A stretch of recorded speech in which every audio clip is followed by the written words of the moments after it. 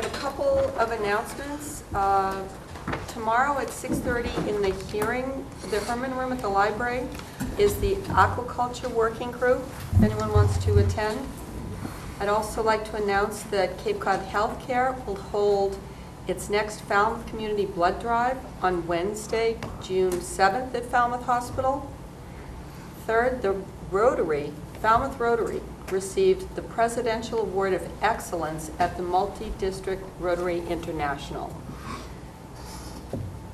Anyone else? Announcements? Sam? Mentioning the Rotary, there's going to be a pancake breakfast at the Masonic Lodge on Saturday morning, and it's to benefit scholarships for high school students if they grow up through Falmouth. I think, is it 8 to 12? 8 to 11. 8 to 11. Yep. Great. Anyone else? I just saw a posting about the Falmouth Service Center being awarded a certificate, but I don't have the wording as to what they received it for today up at the From Senator DiPlacido. right, up at the State House. Congratulations, Brenda Swain, I know, was up there, but congratulations to the Service Center for that. Absolutely.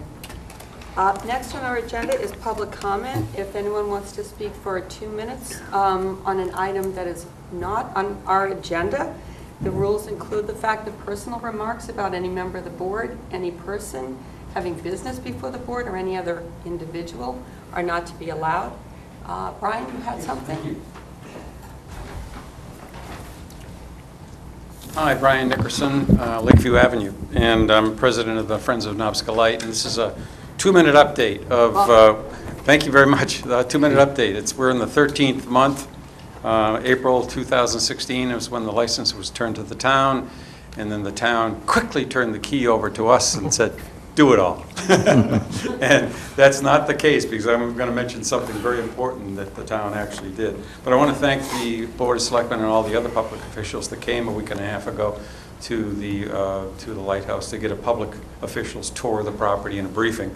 And it was terrific to get the response, and we were very, very pleased with that. I think anybody who's driven by the lighthouse notices the new parking area. We didn't do that. He did that. You did that. Actually, it was the selectmen, Mr. Suso and his staff, as well as Ray Jack and Peter McConaughey of the Public Works Department. Not only the parking, the paving, but also the erosion control, and that's been really, really helpful. I also want to thank the town officials, the selectmen, and the town meeting, and the CPC for the community preservation grant that was awarded in the April town meeting. And because of that, we will be starting construction on the tower. We're ready to go. We just need the detailed drawings in September. We're not going to do it during the summer. Jeff Thomas has a tour schedule that he wants to actually do. So he's the guy that handles it all. But also, just last week, a week before last, the Massachusetts Cultural Commission awarded a $225,000 grant to start the design work for the new Maritime Museum in the Keeper's House.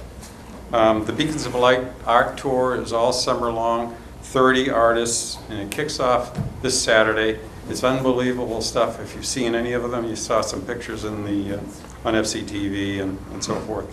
It'll tour the community through Labor Day, but this Saturday afternoon is the kickoff event. It'll be open. All the artwork will be there, and we hope the public will attend. Our Lighthouse tour schedule is maybe more than doubling under Jeff Thomas's leadership. Last year we did Tuesdays 10 to noon. Now we're going to do Tuesdays and Thursdays 10 to noon, and we'd like to do some Saturdays, but it's hard getting volunteers.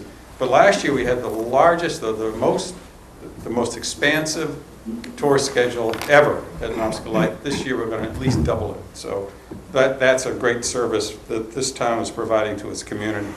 I want to thank the entire Falmouth community and the Board of Selectmen and all the town officials. We couldn't do it without you. Thank you very much. Thank you. Thanks, Brian. Anyone else? There is one more announcement I wanted to make. The 102nd Intelligence Wing will conduct training at Otis Air National Guard Base on Tuesdays. And they announced that neighbors should not be alarmed if they hear radio traffic, sirens, or simulated gunfire related to the training. So if you hear that, that's what it is. Okay, we have minutes of the meetings of the public session for April 10, 2017. I move approval. Correction? I have a correction maybe before we include it as part of the motion. Okay. If you go down in our summary of actions, where it speaks to the St. Paul Society Thrift Shop, the next sentence says, Mary Ann Lincoln would like to start a thrift shop to benefit, it really is to benefit the St. Paul Vincent Society for the sake of supporting people who are homeless for the most part, and not St. Anthony's Parish directly. Okay. We could just clarify that. Otherwise, I would second.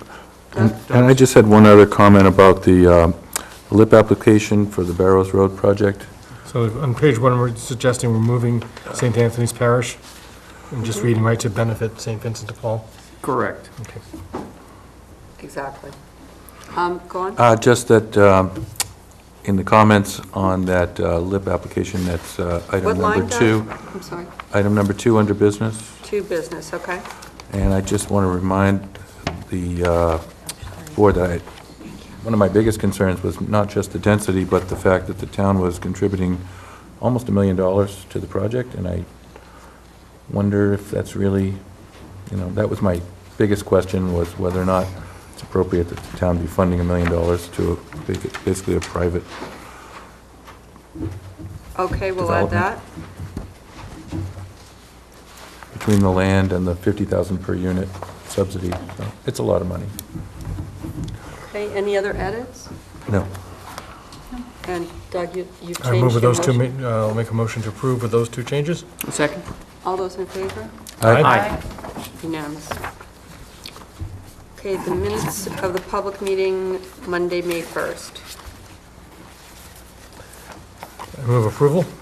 I'll second.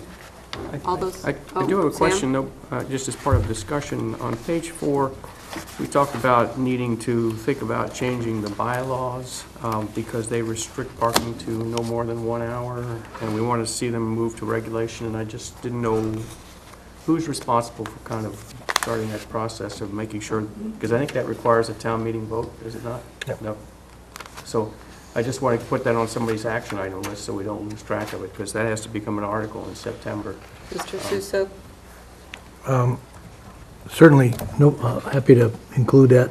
Okay, thanks. I'm just looking for where that was in the minutes, I Oh, it's on apologize. page 4? Selectmen, Just before number Patterson. 3 on page 4.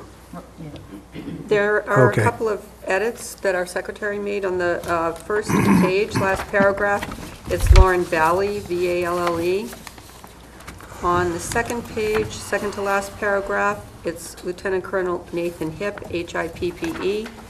And on the fourth paragraph of that same page, too, it's Colonel Virginia.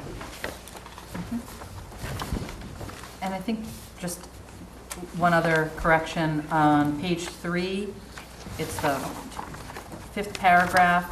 It just says that I had noted they received information in part of the, it's supposed to be meters. I think it says meteors. I'm sure it was just a correction, but Great. I just picked so that no one up. looking at it in a few years wonders what we're talking about. That would have been a more exciting meeting, I think. With those corrections, I move approval. Second. All those in favor? Aye. Thank you. Under summary of actions, we have under licenses, a vote to approve the request for an extension of hours for an all-alcohol club license and Sunday entertainment license for the Cape Club at 125 Falmouth Woods Road. Is any representative from Falmouth Woods Road here? The Cape Club? Okay, what would be the board's pleasure? Can I ask a question? Sure. I noticed on the entertainment license, they wanted to expand it from 11:30 PM to midnight. I mean, if I were them, I would be concerned about, aggravating neighbors. It seems like picking up an extra half hour. It's a pretty expansive policy, and it's also club membership, so there are a lot of neighbors There's that a- attend. And there's a fair amount of buffer between the building and the next residence. Okay. Doug? I think it's fine. I think 10 o'clock is a reasonable time for the brunch to serve their Yep. mimosas. Well, we have 2 licenses here, correct? Right. Um, One of them, there are 2 changes, the club hours and the Sunday entertainment hours. And the Sunday alcohol also. Yeah. I move approval for the all alcohol common victular license as changed and as conditioned. Second? All those in favor? Aye. Aye.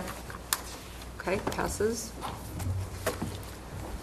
Under administrative orders, first item is I to... think we have to just do the other. We have to do the second one. entertainment Oh, sorry, license. yep, they're So stuck together I'll move here. approval We'll of do it all the at change once. in the entertainment license as conditioned. Second? All those in favor? Aye. Thank you, carries. All right, now moving on, under administrative orders. The first one is to appoint the delegate to the Cape Cod Water Protection Collaborative. Mr. Sousa, would you review this for us? Certainly. Thank you, Madam Chair. As the board may be aware, Selectman Sue Moran has been the board's delegate to this collaborative in the past, and Selectman Moran indicated that based upon the direction that was developing for the work of this group, that it would be most appropriate for the board to consider designating a staff person in the wastewater area, a qualified staff person to serve in that capacity.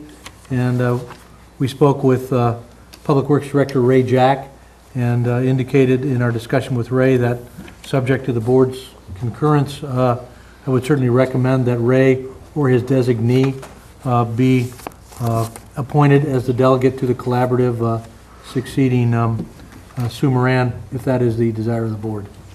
And just to kind of add to that, the 208 requirements are necessitating that the collaborative morph into a slightly different organization and job, and it is getting, as the town manager said, it is going to require more technical expertise. A lot of the towns have their water department or sewer department employees on the committee, and so that would be one of my suggestions as well.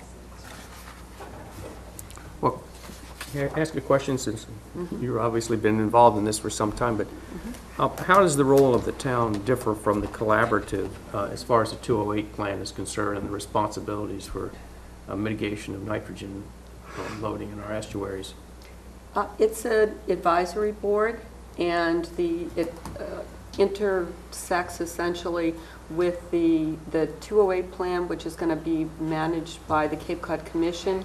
So this board is anticipated to be collaborative with all the towns and look at the best use, for example, of grant funds that might come in. Some examples in Falmouth, where we had a lot of alternative experimental programs going on. Falmouth did benefit from a lot of similar grant funds going forward. So it's, at this point, it's anticipated that that will remain the same.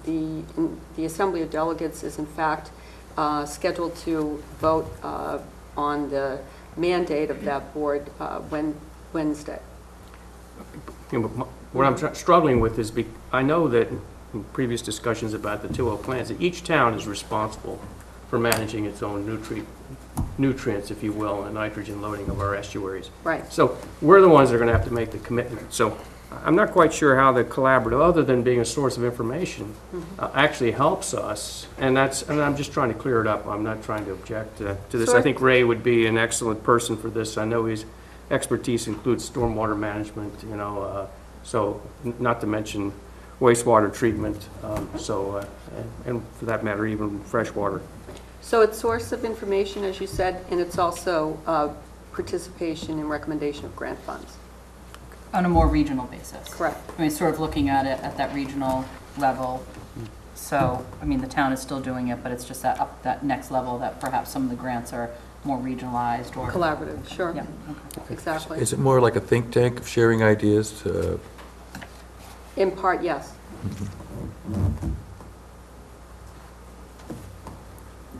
So did Ray have someone in mind? Or is it going to be... Well, he would be attending fundamentally, but Amy Lowell would be a secondary backup, for instance. I would move that we appoint Ray Jack or his designee to be our representative to the Cape Cod Water Protection Collaborative. Second. Second. Oh, good. All those in favor? Aye. Aye. Unanimous. Thank you. Thank you. The next item on the agenda is to vote to accept a donation in the amount of $500 to the Falmouth Fire Rescue Department donation account in memory of Dr. Yvonne Weinstein. Move approval with thanks. Second. All those in favor? Aye. Aye. Thank you very much. Thank you. Next item is to affirm a request to the Conservation Commission to oversee the care and control of the Andrews Farm parcels. Mr. Suso. Thank you, Madam Chair, members of the board. As you know, we have been involved significantly in discussions regarding Town and 300 Committee acquisition of the Andrews Farm parcels. The agricultural portion of those parcels fundamentally the town is pursuing. This was, of course, discussed, and we had a vote from town meeting as well, as the board is aware. Discussions on purchase and sale agreement are ongoing. What I bring to the board this evening is that a suggestion that, in my judgment, I'm requesting that the Conservation Commission be requested to oversee the care and control of the Andrews Farm parcels, as that would further unfold based on the strategies which we are working on as we speak. And if the board is comfortable with that, I would ask you to affirm that recommendation. I've had discussions with Conservation Administrator Jen McKay in advance of this, and this would be an appropriate time for this recommendation to be made if the board is comfortable doing so. And I would so recommend. I have a question. Doug? Is that some designation that could be changed if future plans should warrant a new plan? I think it could be, yes. Okay.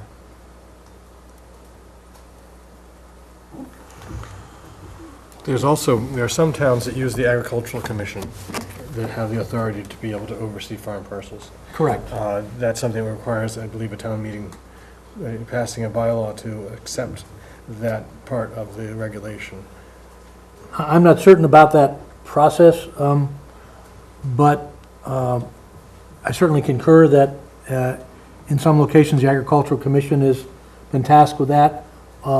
My purpose in bringing it forward with this recommendation is the fact that the Conservation Commission, as the board is aware, is tasked with that responsibility here in other locations in the town already. So it's totally consistent with the role that they have assumed in other locations.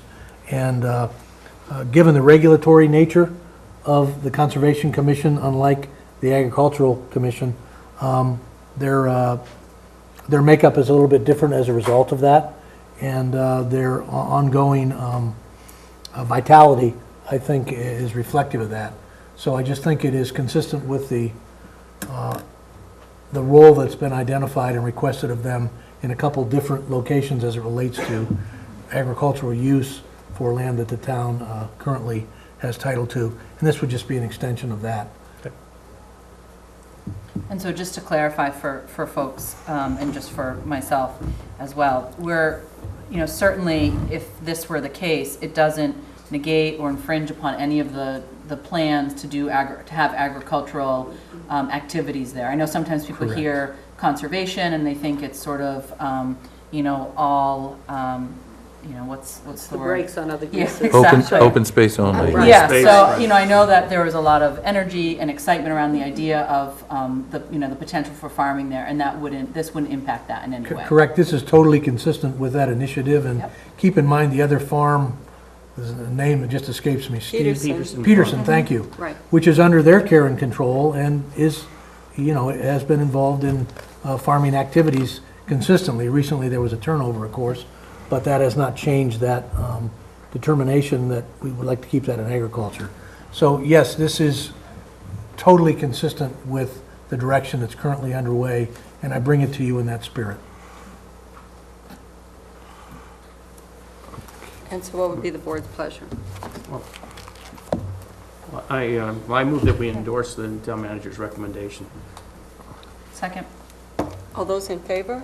Aye. Aye. Unanimous. Thank you. Next, under business, we have the annual report of the Golf Advisory Committee. And just to further tee this up, this board anticipates hearing reports from just about all of the boards and fitting that into our meetings. And we're very pleased to have the Golf Advisory Committee here to kick this off. And I believe the liaison, is that Mr. Jones still? Terrific. Okay, thanks for having us. I know not everyone's here to talk about golf, so we promise to be brief. It's been a couple of years since we've been up in front of the group, so we just have a few updates. And my name's Ryan Phelps. I'm the Director of Operations. I'm based out of New York, but I used to be the General Manager of Falmouth, so it's near and dear to my heart. But the two most important people are Matt Burgess, Golf Course General Manager. He's been there for 9 seasons now. And Bucky Hall, who's been here a long time, right? 20 plus years as the golf course superintendent. So, Matt, you want to take it away? All right, thanks, Ryan. First, we wanted to talk about community involvement. We've always wanted to put the community of Falmouth ever since the first day that Billy Casper came to the town and show how important it is to be a part of the community with resident rates and and just getting involved with the different societies and groups around town. Falmouth High School, we've done events for them for their Hall of Fame. Falmouth Commodores, we're the back cover and a big supporter of theirs.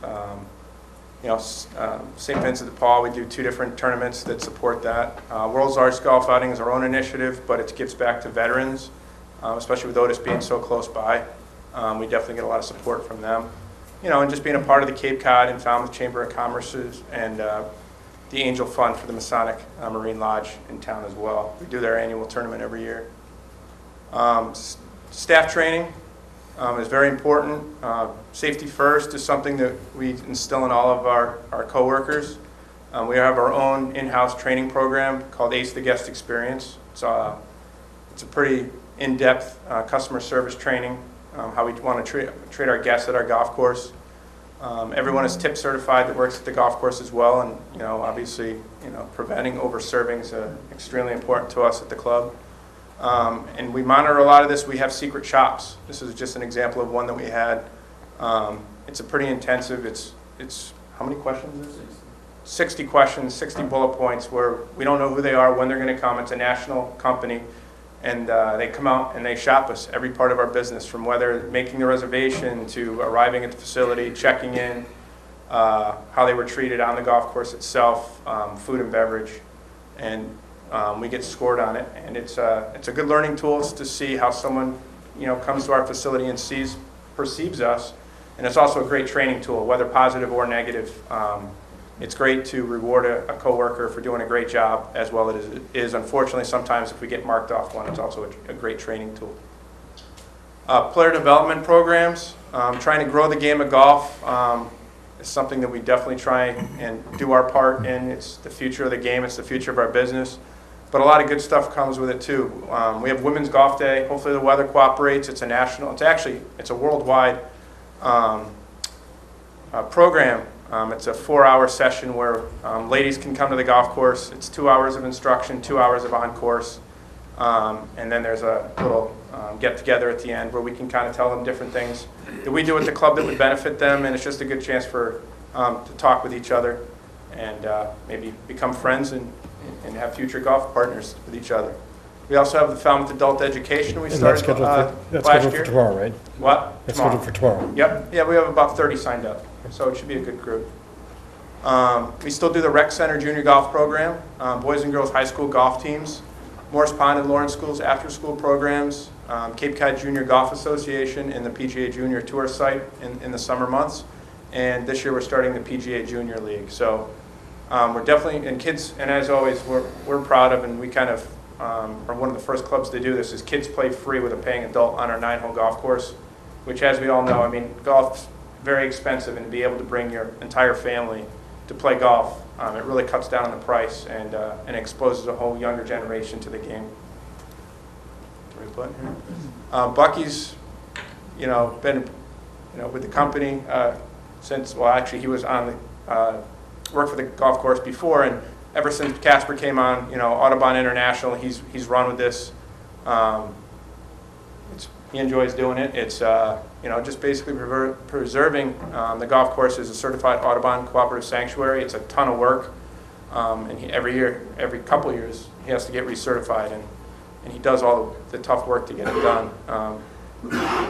Just everyone trying to leave smaller carbon footprint, and just showing that the golf course, it was one of the main reasons why it was purchased, is to preserve the open space, and a golf course really does protect, enhance, preserve, and cleanse the golf course. Bucky tells a story about when they were testing the water coming into the golf course. It's actually cleaner as it leaves the golf course than when it gets there. Programming, something we have something. I'm proud of this too. We have something for everyone. We have an entire pamphlet at the counter. I always joke around. I say if you go to like a Verizon or an AT&T, once they get you as a customer, they kind of don't care about you. They're always trying to get new customers. But we feel like we want to have something for everything. So for free, no charge. We have our rewards cards programs. If you're a resident of Falmouth, you get all the benefits of being a resident with the cheaper rates, earlier twilight times. And if you're a non-resident of Falmouth, you still get a rewards card too. We want to try and keep your business. We want to keep you feel like you're a member at Falmouth. The more you play, you earn rewards. The more often you play, you get free rounds of golf. Advantage card was created for the person that probably just didn't feel like they played enough golf to justify buying a full annual pass, but this definitely helps. Again, gets them to play golf more at Falmouth Country Club at a discounted rate. The PDP card was developed for the person that maybe doesn't want to go out and play a ton of golf, but they love hitting balls at the driving range. It's kind of like it's like a practicing membership. It also gives you access to the 9-hole golf course after twilight, but 2 hours after twilight. So for $7, you can go play 9 holes for the purchase of the card. It's like a gym membership, $39 a month, unlimited range balls. It's a great deal. And then, of course, our Falmouth Annual Pass. And with the exception of the Falmouth Annual Pass, all these other programs take into account residents of Falmouth.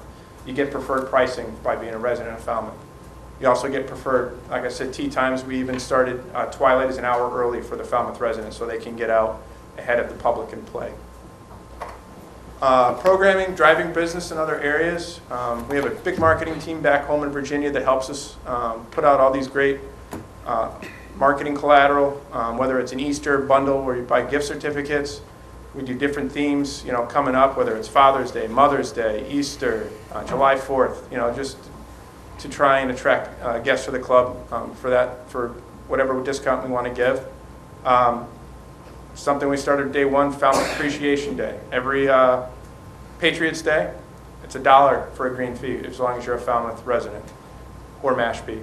And it's just a hugely successful day. Again, this year, 308 rounds of golf in Falmouth at a golf course on April, I think it was 17th this year. Is pretty impressive.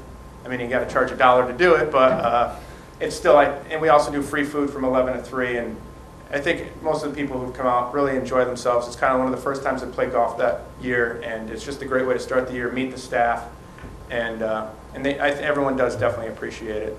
And then again, PGA Junior League, we're starting this year, and the great thing is we're one of the few courses on the Cape that's actually a public golf course. It's kind of been done the last couple of years, mostly by the private clubs around the Cape. So it's a great opportunity for Falmouth youth to be able to play some of the nice private clubs around the Cape that they normally wouldn't be able to play. Again, this year we did the world's largest golf outing. Normally I'm telling this we're going to be doing it because it's usually in August, but this year was in May 1st. It's a national program. A little early for us, so we were kind of hurt a little bit by our numbers. Like I said, we usually do it the first Monday in August. But being it's a nationwide event, I'm sure the players that play in Florida would much rather be playing on May 1st than the first week in August. So they benefited. We lost this year. Who knows where it'll fit in the schedule next year, but it was still a successful. We still had quite a few people playing it. Jay Hill, a lot of people in here know, is very helpful in helping, with the military awareness and getting Otis involved and getting me flags for all the golf carts and anything that I can do to really help the veterans.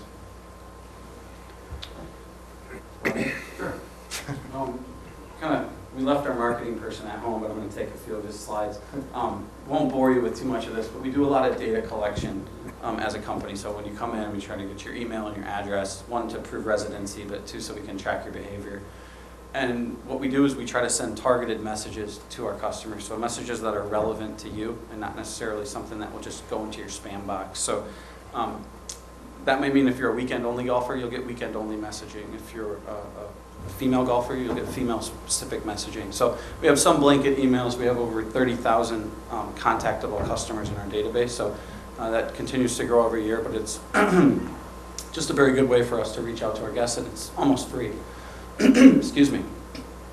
Another thing that we measure when we send you an email or after you play golf, we say just one email, thank you for playing, click here if you'd like to book your next reservation, and how likely are you to recommend this golf course to a friend or colleague. So Net Promoter Scores are really utilized in almost every industry, and they vary by industry. So in telecom, for instance, a good Net Promoter Score is around 10. Conversely, USAA, which has a high affinity to military families, they are best in class in their scale, and they're at about an 80. Hospitality industry is right around the 30%. So more importantly, what we're trying to do is, one, get our customers to tell us what their experience was like, and two, we can reach back out to them if we did impact their day, perhaps negatively. Maybe it was slow play, or maybe they felt that there was a service error or an issue that we could handle. So we map our Net Promoter Score. You can see it kind of has some peaks and valleys, and sometimes that's not even a controllable. Sometimes they just played bad, and it maybe just didn't feel like rating us high. And other times the weather was probably great, and maybe the round was a little slow, but they still give us a 10. So the way that you calculate it is you take your 9s and 10s, those are your promoters. You throw out passive, so 7 and 8 don't count, and then you reverse anybody that rated you a 0 through a 6.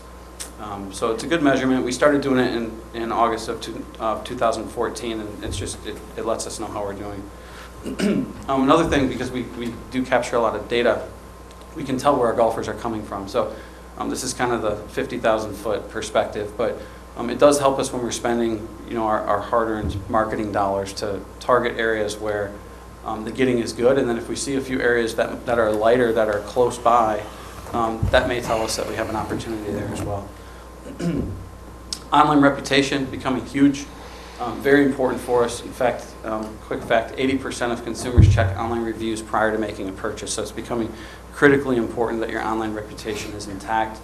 So we're constantly scouring that. We have a reputation management service that collects reviews from about 20 different sources and sends them to us each day, so we can see if somebody's posted on Yelp or on Facebook, Google Plus, anything like that. So it does give us an opportunity to respond to if we see a negative review, and maybe even reach out to that guest and say, would you come back, maybe play again as our guest? We apologize for the experience, and perhaps you can re-rate us or help us with that previous review. So just something that's important for us. And then as always, through mystery shopping, through emails, we want to know how we're doing. So we give people ample opportunity to contact us. We have an 800 number that goes really probably to my boss's boss before it gets to anybody. But these are good examples of if something gets to that level where it needs some service recovery, we're there. We can handle it at that time. So that's it. This is our 12th year for Billy Casper Golf, managing. I think actually it's our 13th. Going to be our 13th season since we've been here. So we're excited about the year. We wish it was a little sunnier, but we'd rather have better weather in June, July, and August than April and May anyways. So that's our presentation. So a couple questions. So how's the irrigation going, and what's the 5-year capital plan? Hi, I'm Bucky. I'm the superintendent. The irrigation system was installed over the late fall. It is on now. It's got a few issues. It should be pretty much wrapped up in about 2 weeks. That the installer will be back either this week or next week, depending on a couple of things.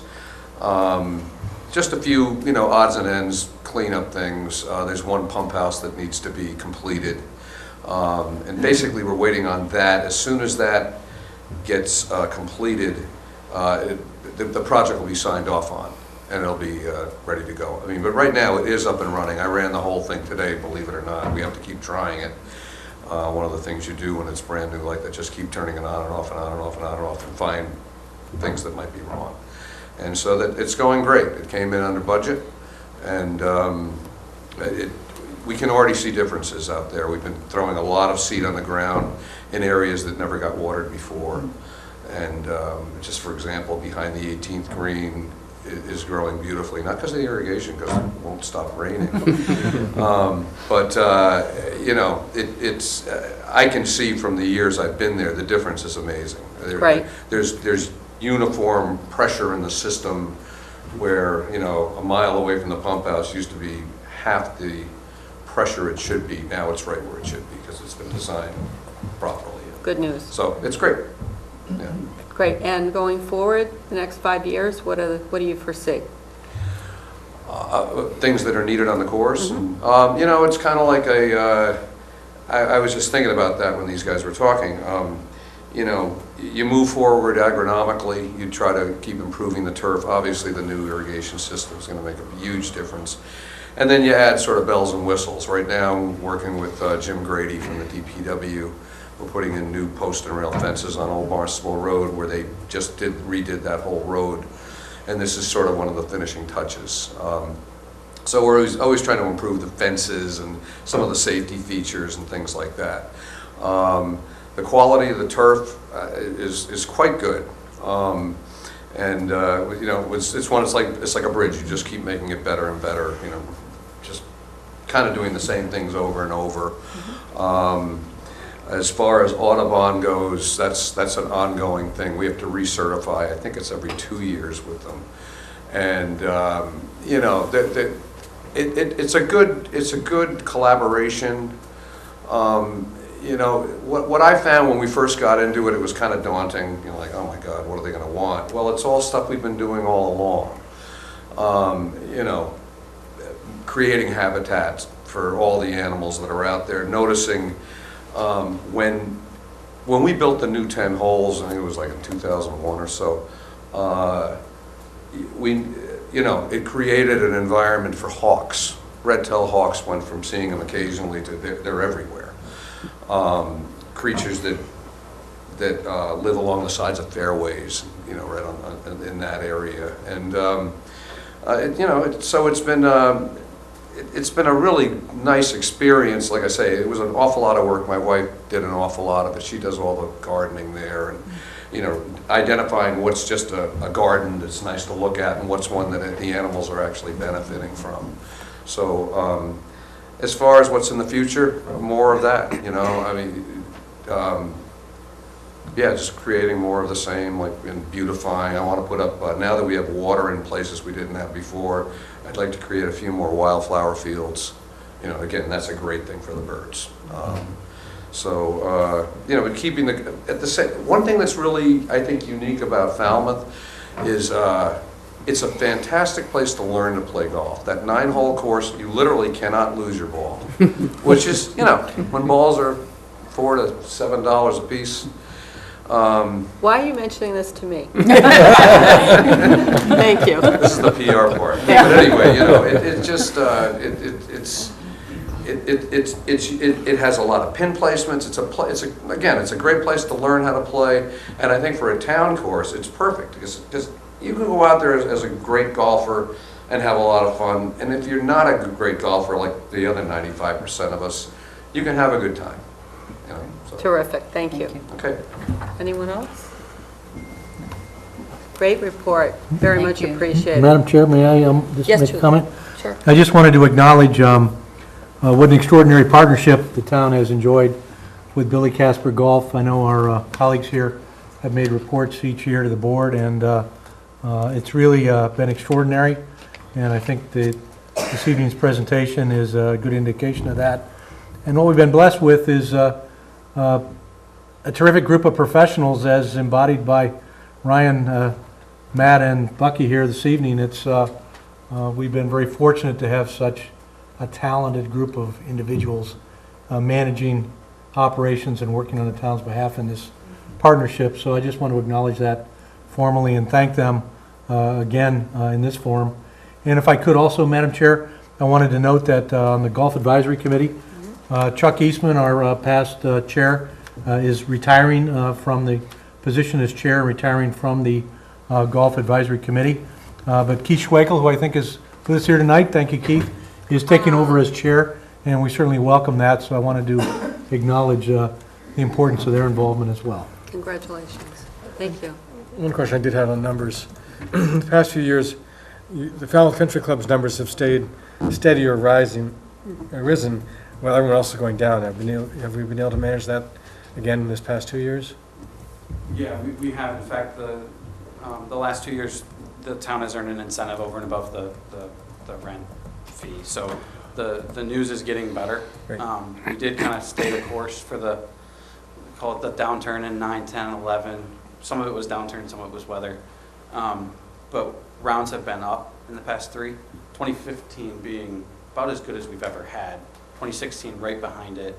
And 2017 is, the verdict's still out, but it was a tough May. But again, our season really starts when school gets out, so it's right on the corner. But yeah, we're expecting to come in on that same upward track again this year. So Great news. Thank you.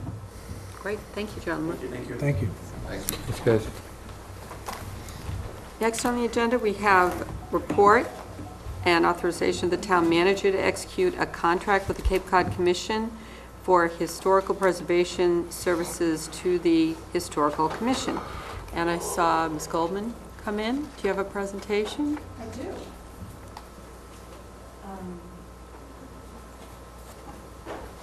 Can I do this put up there? You can, I'm sorry, just shut this off. I didn't realize, but it's taking one up. Just should be under planning ahead. Now, Draft document, so while hopefully- she's getting ready, Mr. Suso, am I correct? Was this an initiative directly from the Historical Commission, or was this otherwise a referral to the Cape Cod Commission? My understanding is that it was an initiative of the Historical Commission working with planning staff, particularly Brian and Corey, in terms of making that connection. And I think that Nicole Coleman's presentation will give some further background on that. Great, thank you. Yeah, while they're getting it, oh, there we go. So, yes, it was an initiative that the Falmouth Historical Commission sort of conceptualized. I started personally looking at some of the growth that's happening in the, do you want me to- in the, I think it has a, okay, I'll No. get the feel of it. I may have to do it from here. Okay. Or do we just scroll up? Because I want to see, I want to show you the There map. we go. All right. Yeah, they yeah, may oh, not work, so I'll okay. just keep up with you. Well, why don't you just go to the map? So I started looking at some, a lot of growth and development that was going on, particularly in the Woods Hole Historic District. As you may remember, the Falmouth Historic District Commission and the Historical Commission blended last year. It's been a very productive joining of those two bodies, because it allows the Historic District Commission, we're all Historical Commission now, to play a little bit more of an advocacy role. And so in looking at some of the historic districts, we have some issues and we continually want to improve those. Working off of the LCP and some of the studies that have been done that the town has paid for over the past several years, we're sort of combining some of these ideas and thinking ahead, thinking about smart growth, if you will, and how we can manage this growth. At the Historical Commission, sometimes very often we are looking at projects in isolation, and this is a way for us to get the Cape Cod Commission involved to help us do sort of an overlay, a design, conceptualization of how we can maintain our village character while these other projects are going on. And I just want to point out, I actually brought a color-coded map that you can hand around. But is there a pointer? You need to take the mic with you, Oh, it's for the sake of the TV All audience. right, sorry. Is there a pointer? Because I can point. Yeah, so it's It's just that big above the wall. Okay, so on that map that you have, what we're doing is looking at the gateway to Woods Hole, is what we're calling it, along Woods Hole Road. And I just wanted to point out some of the development that is going, or potentially going on there. So right here at Nobska Road is where people come down from the golf course, past the golf course, and swing down into the town. There's a big development here called Winding Lane that's currently for sale. This is the old Sleepy Hollow Motel that's now going to be the Treehouse Lodge. That changed management, and there's not going to be a lot of redevelopment there, but they've already changed some of the property, improving it. This is the Nautilus property and the Dome. That has also transitioned in ownership, and there's potential development there. Right down the street from it, right here, is Church of the Messiah. That is redoing their community center. Across the street, they're selling their property, Fisher House. So even in this one small block here, we started to see a huge amount of transitional and potential commercial development. As you go down the street, we have the Woods Hole Historical Museum. They're looking at expanding their campus. Next to them, adjacent to them, of course, is Hui and their village campus. Hui is going to be looking at their Island Dock over the next few years, and so a lot of program that's going on here may end up being transferred to the village campus or up to Quissit, but it is going to change what's going on here, so that's right in this corridor. Right adjacent down here is the Coast Guard station. That, as you may remember, is also getting completely redeveloped, and right on the other side of Juniper Point is the Steamship Authority. So that is also undergoing a great amount of development.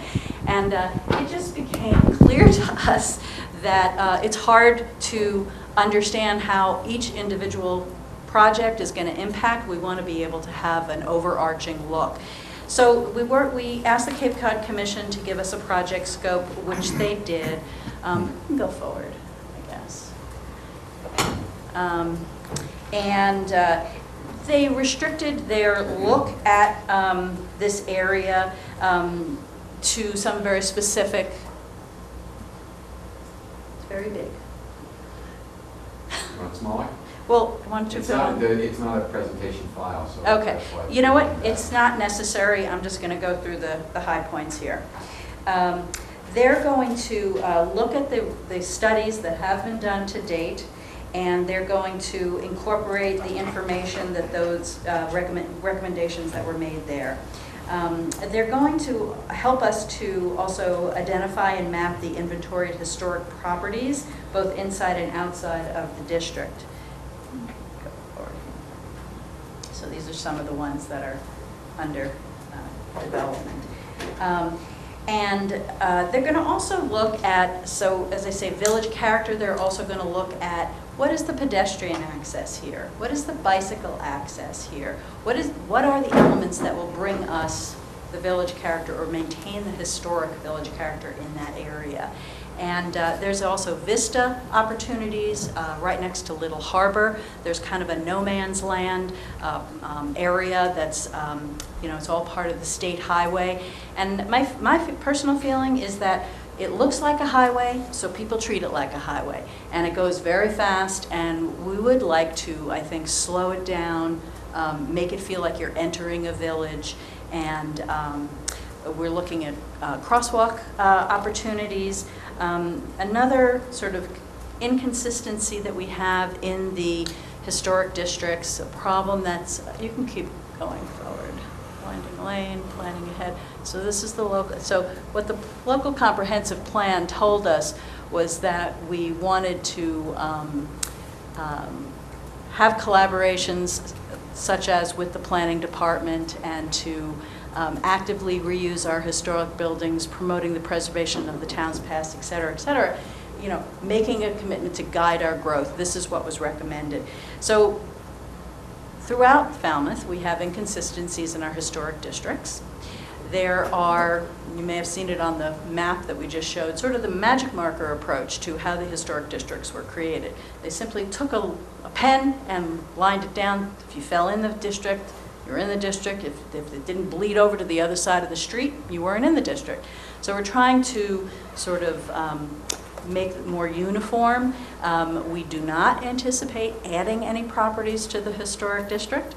I know that's a sensitive subject, but we would like to make certain that properties that are in the district, their entire property are in the district. We've had numerous examples in town where, for instance, the bus depot, the address is in the historic district, the buildings are not in the district, and so therefore there's no there aren't any design guidelines that are applied. And in the case of the depot, that was a town-ish project, EDIC, and so we were able to give them some guidance on that. But there have been many projects around town, developments in West Falmouth, for instance, where historic buildings were taken down in the back of the property, some historic buildings maintained in the front, but big developments can happen in the back, and we have no jurisdiction over that. So we'd like to smooth out these inconsistencies and create more uniformity and consistency. Also, the setbacks in one village are different from setbacks in the other. But this is just the beginning to do it in one historic district, create the template, see how we can manage the growth, and then we will hopefully apply it to the other districts in the future. So we're just going about it systematically. Have they left anything out? Well, I think the main thing about the... Hold just come right up to the mic and introduce yourself if you don't mind. Thank you. This is my chairman, Ed Haddad. I'm Ed Haddad, the chairman of the Historical Commission. The thing about Woods Hole, certainly unique about it was, first of all, Nicole lives there, so she had a very close affinity to it, and she brought the project to us. But more so, I think Woods Hole of all the historic districts has the most unique character. And that's what we were concerned about preserving. And really, because of the explosion of tourists down there, the activity that Nicole pointed out, we were concerned not just because it was a historic district area, but we wanted to preserve the uniqueness of that village, the Woods Hole village, for the value of Falmouth. And that's why we talked about this project and looking for some better guidance, planning guidance from the Cape Cod Commission, and so there's kind of a lot of things going on here of protecting this village and then bringing it as a template for other villages as well. Any questions from the board? Doug? I'd just like to speak in favor of it, because as a former member of the planning board, I noticed that we would be reviewing projects that were in the historic districts that they had little control over. They had guidelines that they had to go by where, they can determine the crown molding has to be, on the building. But as far as placement of buildings, when you're shuffling buildings around and changing the whole landscape, it changes the neighborhood significantly. And just by putting crown molding on the building, it's facing the street, really doesn't do it. And so the planning board had no, purview for that. They had maybe a little weakness in their bylaws, so I think this would be a more comprehensive way of looking at it. And I don't know if it's considered like a form-based zoning type of idea? I believe it is form-based, yes. Right. Part of it will be a form-based I'm sorry. recommendations as well. Right. You might want to stand up there just for the folks at home need to hear on the mic. Yeah, no, it and- is It's not form-based. specifically a form-based zoning plan, that's not what we asked for, but that will incorporate that into it. Certainly the character of the buildings is an important aspect of keeping the image and the character of the villages and the historic districts. So Right. that will be incorporated in their plan as well. Okay, good. And we are working cooperatively with the planning board. So we did bring them into this process. We've given some of them tours of the area, helped them to understand why we need this, sort of extra assistance from the Cape Cod Commission. I really think it's going to be very helpful. Another question in terms of bringing folks in. What about the Woods Hole Business Association, Yeah. the Village Association, Yeah. the Coast Guard, Hui, and the Steamship? So, we are, a part of the plan and part of the project scope for the Cape Cod Commission is to do public outreach. There will be at least one public meeting. I have met with the Business Association, the Community Association, the Historical Museum, several of the owners, and made them aware because we do want people engaged in this process and feeling comfortable with it, obviously, all the way along, so that when we get the recommendations, they can be more easily implemented. And I am actively looking and researching how we can get recommendations implemented so that we don't skip a beat after we get the recommendations and we actually put this to work. We are eager to get underway. It is slated to be done hopefully by the end of the year, and so perhaps even by next spring we might be able to bring some significant, some good changes, some productive changes. Anyone else from the board? Mr. Suso? No, just wanted to acknowledge and thank the Historical Commission for bringing this forward. And ultimately, part of this contract will include a presentation involving the Board of Selectmen on the final product. So we look forward to that as well. The Cape Cod Commission, similar to the experience, I think, from Davis Straits, and I do think that was already just received as a positive. They've done a good job. We pay them to do this job, so we want to take advantage of that resource.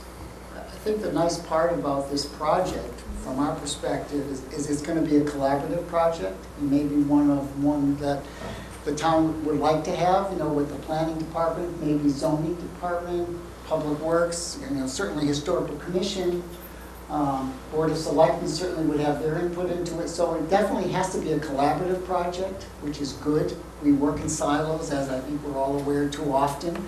And this would require a collaborative approach, which is, I think, a positive thing. And I think homeowners and builders would be good to include as well.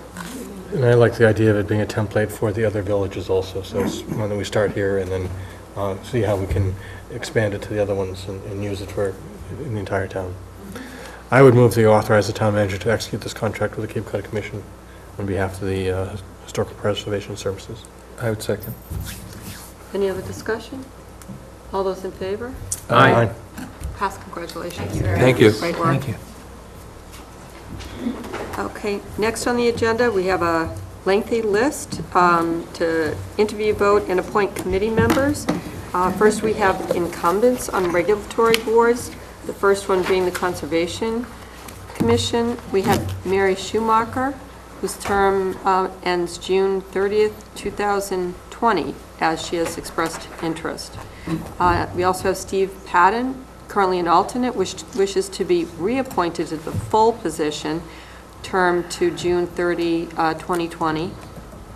And Doug, help me on this. Does that need a vote? It actually is required to have an interview. Really? Yep. Thank you. The charter says that for regulatory boards, we do have to actually conduct an interview. Thank you. And are those folks here? I think I saw Mary. Yeah, okay.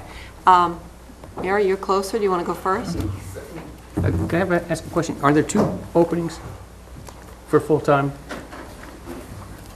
That was, Because I know Steve's, that was my understanding, An the way alternate. this is set up. Is that the case, Mr. Suso? you have two terms down there, so I was presuming that. but- That is my understanding as well. Okay, very good.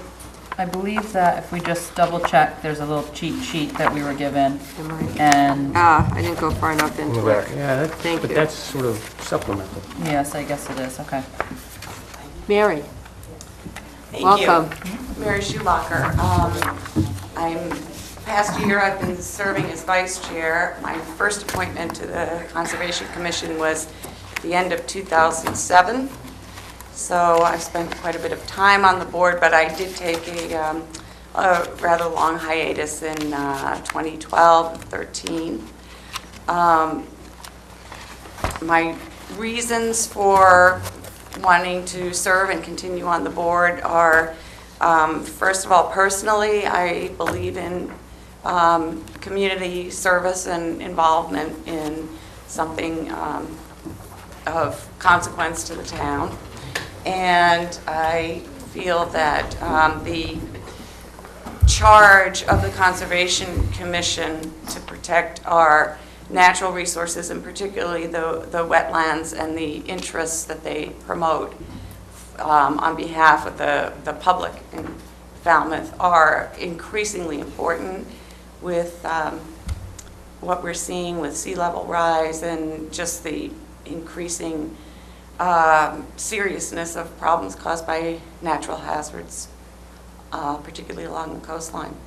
So I'd like to, if I may, continue my involvement with that. Nice statement. Any questions? What would the board like? Sam? Yes, I'd like to move that we appoint Mary Schumacher to a term on the Conservation Commission ending June 30th of 2020. Second. May I just say that having served as the liaison for the last 3 years, I can tell you that Mary's a critical member of that commission, and I know we can count on her working extremely hard into the future. So, but thank you for all your service. Thank you. All those in favor? Aye. Thank you. Thank you. Congratulations. Thank you. According to the website, we have 3 people whose terms ending this June 30th, 2017. Mary, Kristen Alexander, and Russell Robbins. So this, Well, Russ is not continuing. He's term so we'll limited. have one opening Which is why after this. Steve. Well, Kristen Alexander's term's ending here also, and we don't have her unlisted as requesting reappointment.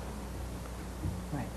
So she may have not turned the sheet in yet, or may not be. I think But- some people, I know of another individual who wants to and hasn't turned the sheet in, so I think we're in that period. So So we we'll will have expect for that. sure one more open spot. Right, Russ Okay. Robbins' spot will be open. And that's one that Steve is applying for, got it. right? Steve, come on up. Thank you.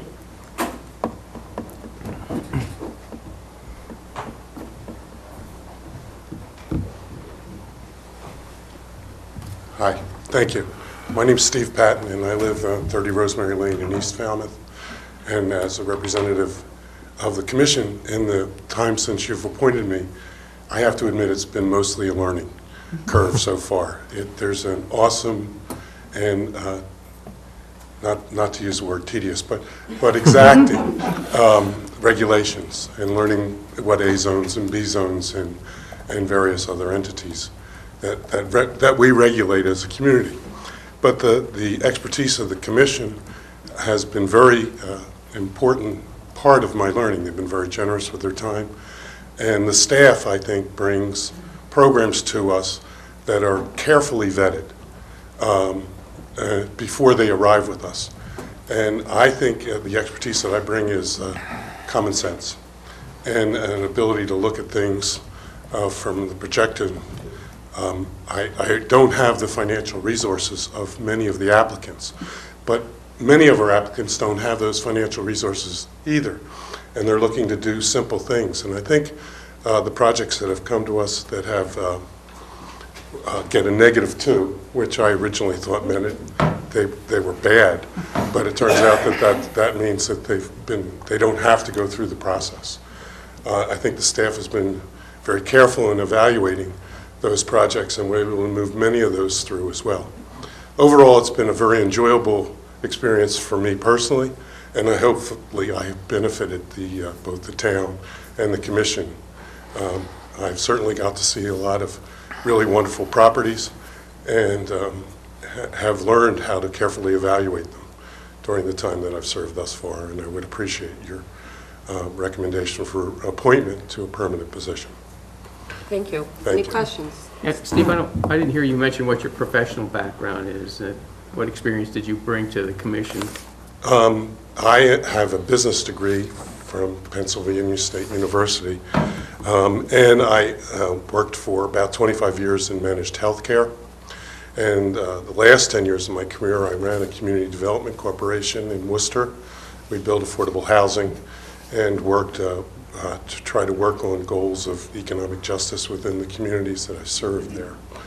I was also a city councilor in Worcester for 12 years and chaired the Public Works and our Water Resources committees during that time, as well as the education issues. And if I can just say, I think that when we appointed Steve as an alternate, I may have said this at the same time, but it's always wonderful when you can get sort of an outside, new, fresh look at things, but from someone who has a lot of experience doing this kind of work or thinking about these issues, maybe not directly in this, not knowing -2, but in general, understanding sort of planning and some of the challenges that come along with that. So if folks don't have other questions, I would certainly move to appoint Steve for a term ending 6/30/2020 for Conservation Commission. Second? Full position. Full position. Second. Doug, second. All in favor? Aye. Congratulations. Thank you very Thank much. you. Thank you. And Selectman Brown, I owe you a call about the coastal management. Okay, Now you thanks. really have to do it. It was hedging. All right, next on the agenda, we have the Historical Commission, Christian Valley here. Yes. And one thing I want to remember about the Historical Commission, this was the new appointees that we did after last spring's town meeting. And I think we had rotated through that 2 were appointed for 2 years, 2 appointed for 3 years, or maybe it was 3, 2, there were 7 of you. Sorry, and 2 alternates, right. And so I think Christian was the only one with a 1-year term. Okay, great.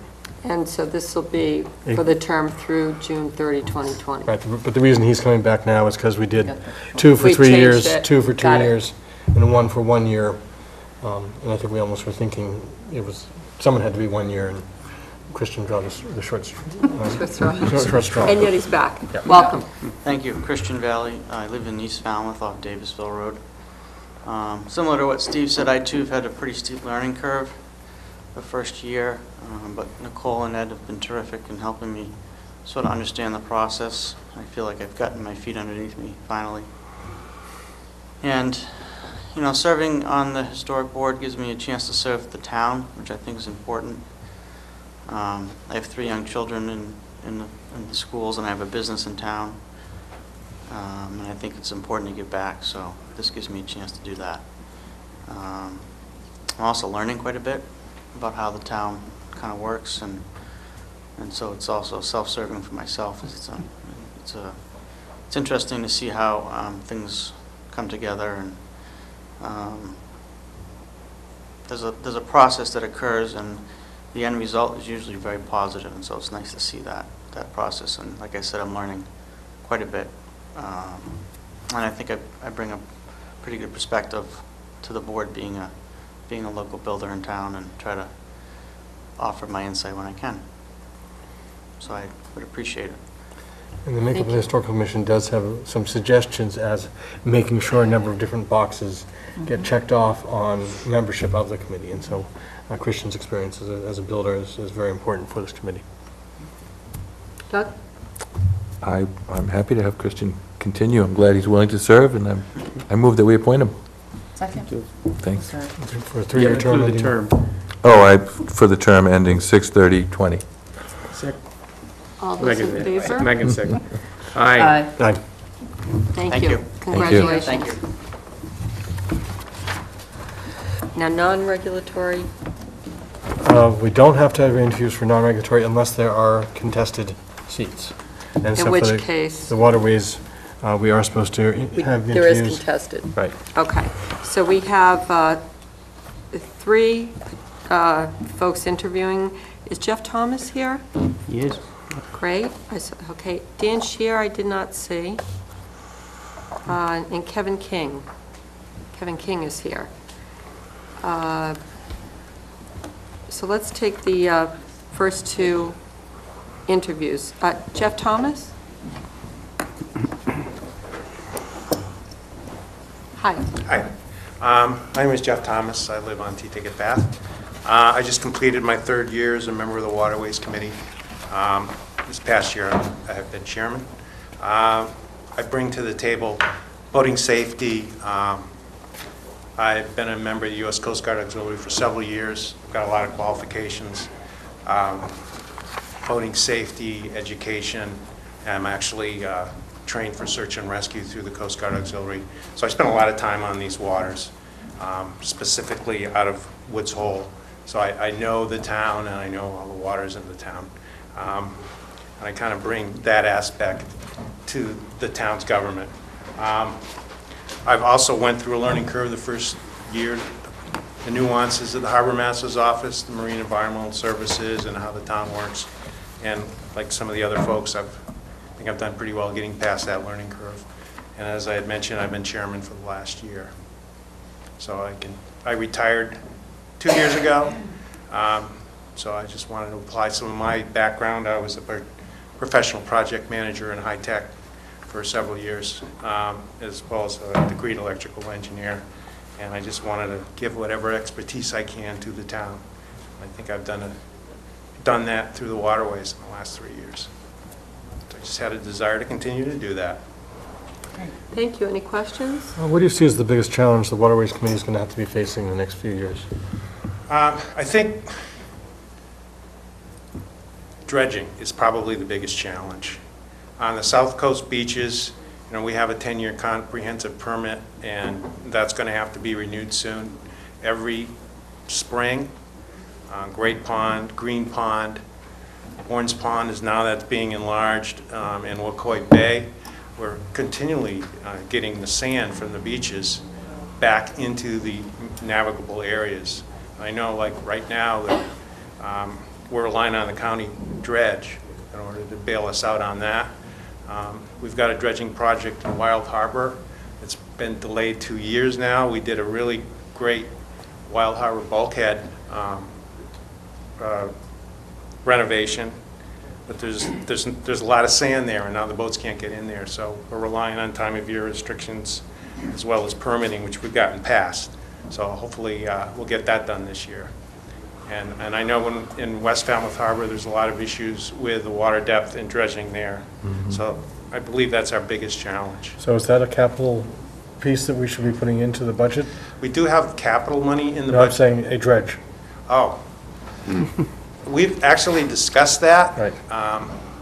We haven't really finished that discussion. I know there's several people on the committee that would be in favor of that.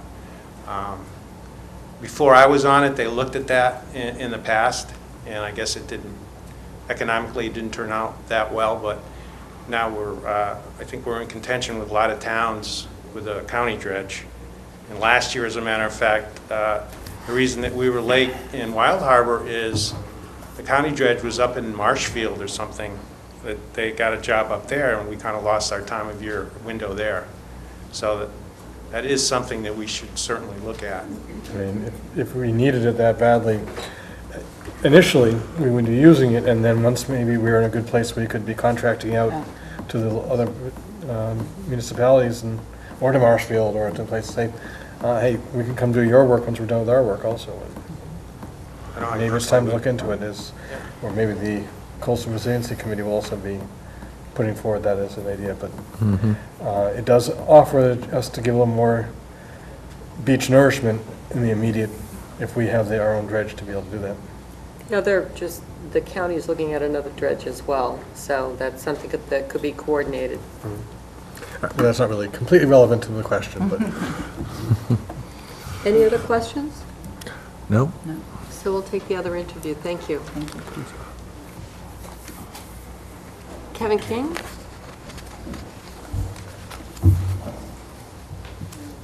Welcome. Thank you. Good evening. My name's Kevin King. I'm a resident of Falmouth, moved here in 1972.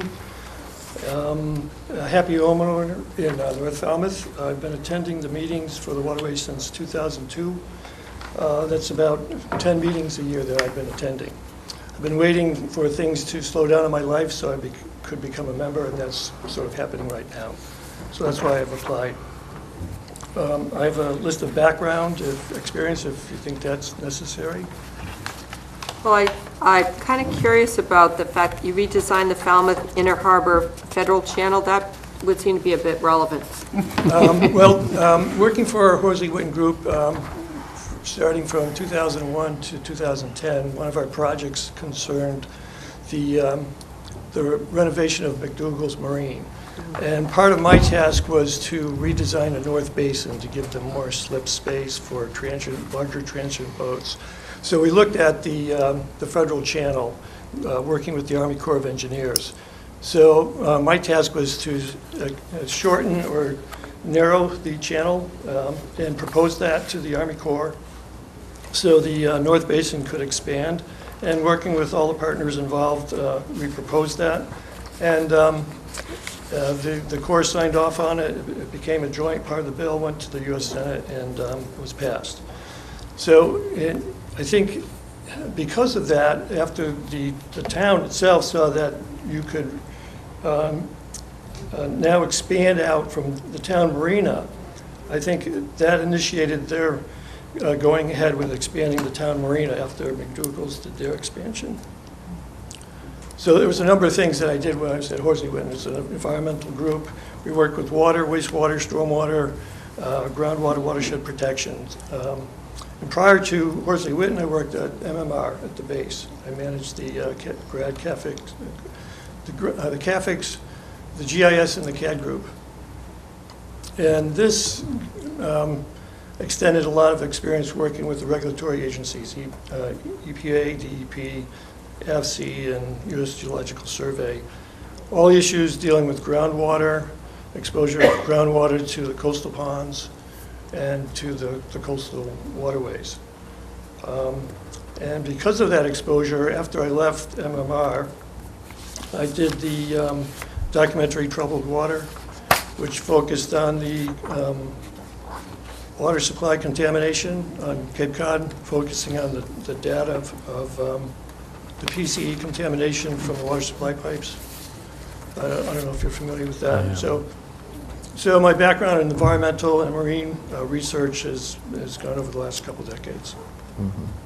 There are about 10 other committees that you could also probably really lend your expertise to. I have time for one right now. So. Any other questions? What made you take the interest in the Waterways Committee as opposed to some other committee? Back in 2001, I've had a boat in Woods Hole in Neal Pond for the last 40 years. And some issue arose about the people who had been there for a number of years. And there was an issue where we were going to be eliminated. And I thought it was unnecessary. So I formed a group, Woods Hole Outhaulers Association, and we petitioned the town. And we brought our case forward. We presented it to the Waterways Committee, and they decided to table it. So because of that, I started attending all the meetings. So I've been doing that for the last 16 years. But because of my marine and environmental background, I was interested in the issues of the town, and eventually I wanted to get on the board. Great. Thank you. Any other questions? I see that Dan Shear was scheduled to be here and is not. I wanted to see what the board would feel about holding this until we have an opportunity to interview Mr. Shear. Mr. Thomas seems to have. Yes. I'm trying to understand your math. I didn't think we had any contention. Ed Denton resigned about 2 months ago. I know that as chairman he resigned and there was an opening. I know he had sent that to Mr. Jones. So the board, the committee has actually encouraged Mr. King to apply.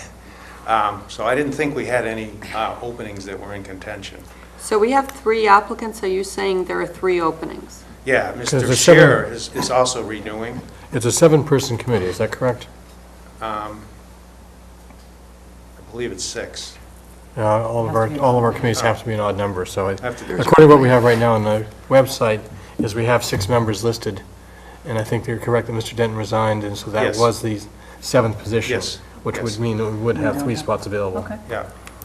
Do we know that term ending date? Because that might be different. Just so if we take an action tonight, we'll have it correctly, done correctly. All right. I think one possibility would be we could vote Mr. Thomas and Mr. King, the term ending June 30, 2020. And then Mr. Shear take the remaining spot, and we'll inform him of that since he's not here when we can verify it. So moved. I would second that. Okay? All those in favor? Aye. Aye. Thank you. Congratulations. Great, thank you. Appreciate Thanks that very much. information.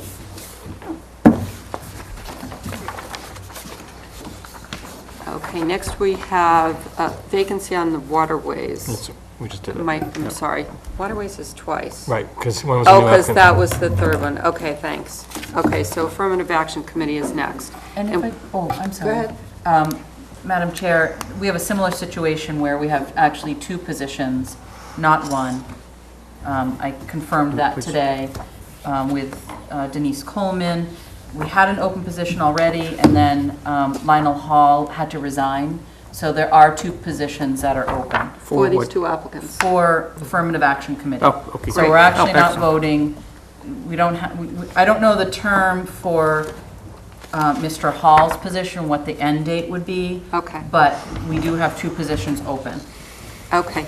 The information we have from the offices, both with terms until 6/30/19. So we'll go with that. Sounds good.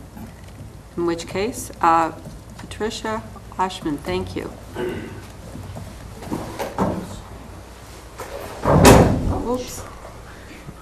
Tricky. Welcome. Thank you. Thank you for receiving me here today. Feel honored. My name's Patricia Oshman, 13 Winslow Road, North Falmouth, and I've been a resident of Falmouth since 2004, just before my youngest daughter was born. And what's your interest in the Affirmative Action Committee?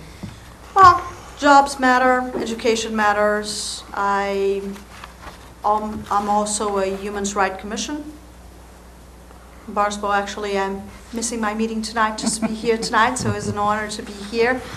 And I've been involved in different ways with education and have concerns about my town, my future of my children. I as did well. first meet you at the county. Any questions of this applicant?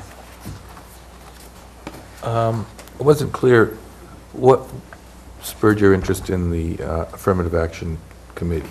I didn't, A invite from Joanne. okay. And I also know Scoba from the Human Rights Commission. Okay, I've been being a high school teacher in the past. I was the last Portuguese teacher in this town. And also occupy the position of Spanish, and have done a lot in different positions as a substitute teacher, and also holding a spot for a after-school enrichment program in Portuguese in East Falmouth. I have 2 children in Falmouth, one in public school, one in private school, and knowing what the future will be, knowing some of the kids that have been in through high school that were my students, now looking for jobs in this town. And it spikes my interest, and I was inspired always by George Spivey okay. when I first met him. So that's what I was going to ask you, is were you working in the schools when Dr. Spivey was working? He was crucial. He was very nice, and I was very inspired by his work. When I first met him, actually, I said, how can I be you in the future? What a compliment. That sounds good. Tremendous. Thank you. Thank you. Stephanie Seals.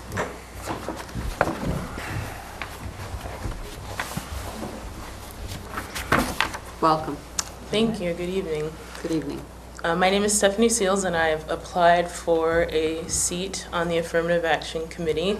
I did so because I am passionate about social justice, specifically diversity, inclusion, and representation, and I'd like to bring my passion for social justice to the committee. I work at the Falmouth Public Library, and through my position there, have sort of co-led a series of events that focus on diversity, and in my own personal time, I lead an anti-racism dialogue that's very grassroots, just in my home. But I think that joining the Affirmative Action Committee would give me another way to pursue these things that are important to me, and I think I would bring a very unique perspective to the committee as a person of color, as a daughter of immigrants, and as a younger person, let's say, a younger person. Stephanie, could you just talk a little bit about some of the work that you've done around kind of diversity in literature in not just the library, but sort of with young people in town? I don't know if folks are aware of some of that work that you've done. Sure. So Sarah Hines, who's one of the co-owners of 8 Cousins, and I started this series of events last year, and we've brought in different authors sometimes. Sometimes we've done kind of a duo thing together, always highlighting books that are diverse in different ways. So it could be racial diversity, it could be diversity of sexual orientation or ethnicity. It depends on what we're doing, but it's always important to us to get the best books we can to the kids and to help them see that the world is a very diverse place so that when they go out into it, they're prepared to interact with people that have different backgrounds than them. So in addition to doing those events, like when kids come into the library, I'm always conscious of trying to give them an array of possible books that reflect a variety of experiences. Don't know if that covers your question. Yeah, if I could just, I think for a long time, the Affirmative Action Committee didn't have a quorum. Then we got some wonderful kind of fresh energy with Joanne and Pam. And, I think for a while it's been in a reactive position. And I think that both Pam, obviously Scoba brings an enormous amount of experience, but Pam and Joanne, and now if we appoint them, two individuals who've worked in education, I think bring a really different perspective that sort of maybe harkens back to the way it was when Dr. Spivey, was working within the schools, where we're not just thinking about affirmative action as the town addressing employment issues, but more holistically what it means to really incorporate, diversity of life experiences, diversity of viewpoints into our, the fabric of our community, from the schools all the way through into our departments and our hiring practices. So, I'm really pleased that both of these individuals come from kind of an education background and are looking at it. Again, sometimes people hear affirmative action and they just think about employment issues, and it's much broader than that.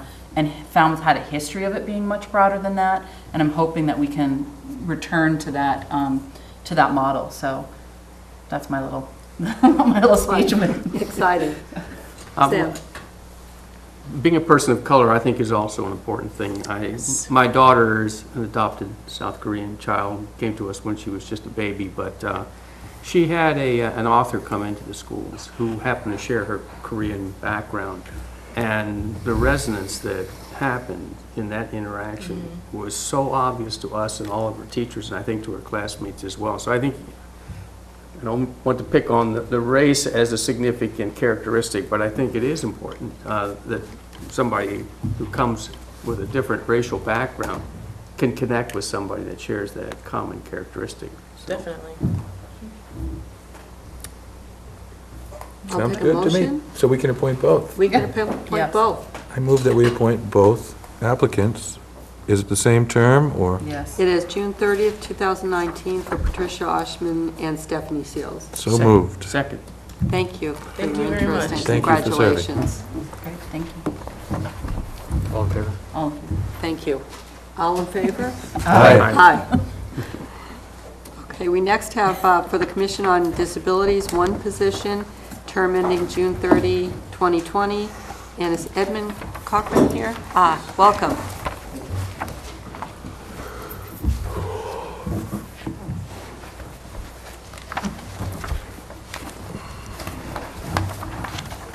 Something has happened to get us so many fantastic applicants for so many of these committees who are so well qualified. And while we do go through the process of the interviews, it does get a chance for people out there to find out how well qualified our applicants are. So just will continue along these lines. Good evening. Thank you for the invitation this evening. I appreciate that. My name is Ed Corcoran. I live at 17 Hawks Way. I'm the new kid in town, a year and a half, and glad to be a resident of this great city and town. I'm asking for an appointment to the Commission on Disabilities. I bring to that application 40 years of experience in legal and disability-related issues. I'm an attorney. I've retired as of January of 2014, but I maintain my license as an attorney, but I'm not practicing. I've had the good fortune of being on numerous commissions and committees.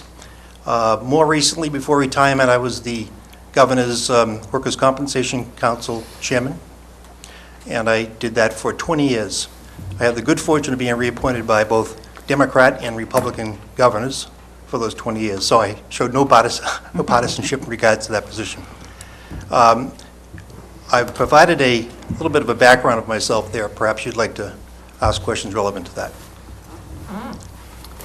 Well, one thing, your experience as the Director of Workers' Compensation and Medical Services for the MBTA.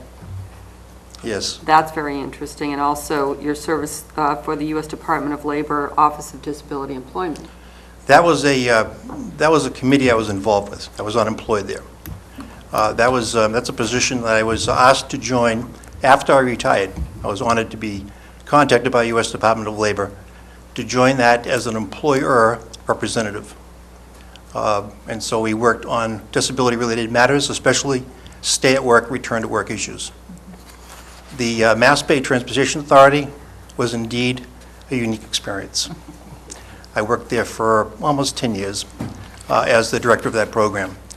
But more recently, before retirement, I was the director of the program at Raytheon Company. As you know, Raytheon's a national defense contractor, and I ran that program as an international program related to all related disability programs, even outside of the United States.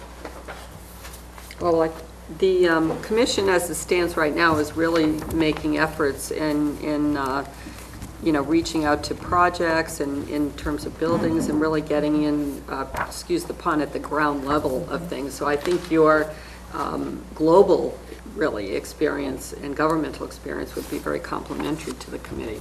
Does anyone have any questions, Sam? Yeah, I'm curious to know what kind of resources you think you might suggest or identify for the sake of the town to help us actually in terms of retrofitting some of the issues, accessibility issues that we have, and things that create barriers for people who have various disabilities. Yeah, one of the problems I see, not having worked with the local government issues, but is awareness situations. I don't see that most cities and towns have an awareness problem with regards to what access people have. And I don't mean just ramps on sidewalks, I mean hearing devices, visual aids, hearing aids, things of that nature. And I'm not sure if it's the impact here in Falmouth, but it appears to be most places where that awareness problem has to be lightened. And that is a challenge going forward. Have you actually, done a program where you could actually itemize what those access issues were and brought them forth so that we could actually begin to address them, or the institution you were part of could address them? Yeah, the institution I was involved with, for instance, say Raytheon Company, Yeah. we had programs internal to Raytheon that would address those kind of concerns. So I had a staff of vocational rehabilitation experts who worked with people like challenged folks coming back from disabilities, could have been injured on the job, could have been ill and coming back to an accommodated situation. But these voc rehab specialists worked on these designs. Great. I think I'm the liaison to the commission, and we really are, as the chair has said, the commission really is trying to kind of create more connections with other committees in town so that they can have some input kind of across the board. So I think that your experience would be well suited for the work that they're trying to do, and I think you've hit the nail on the head when you're indicating that a lot of different needs go unseen or even unrecognized because if it's not really visual.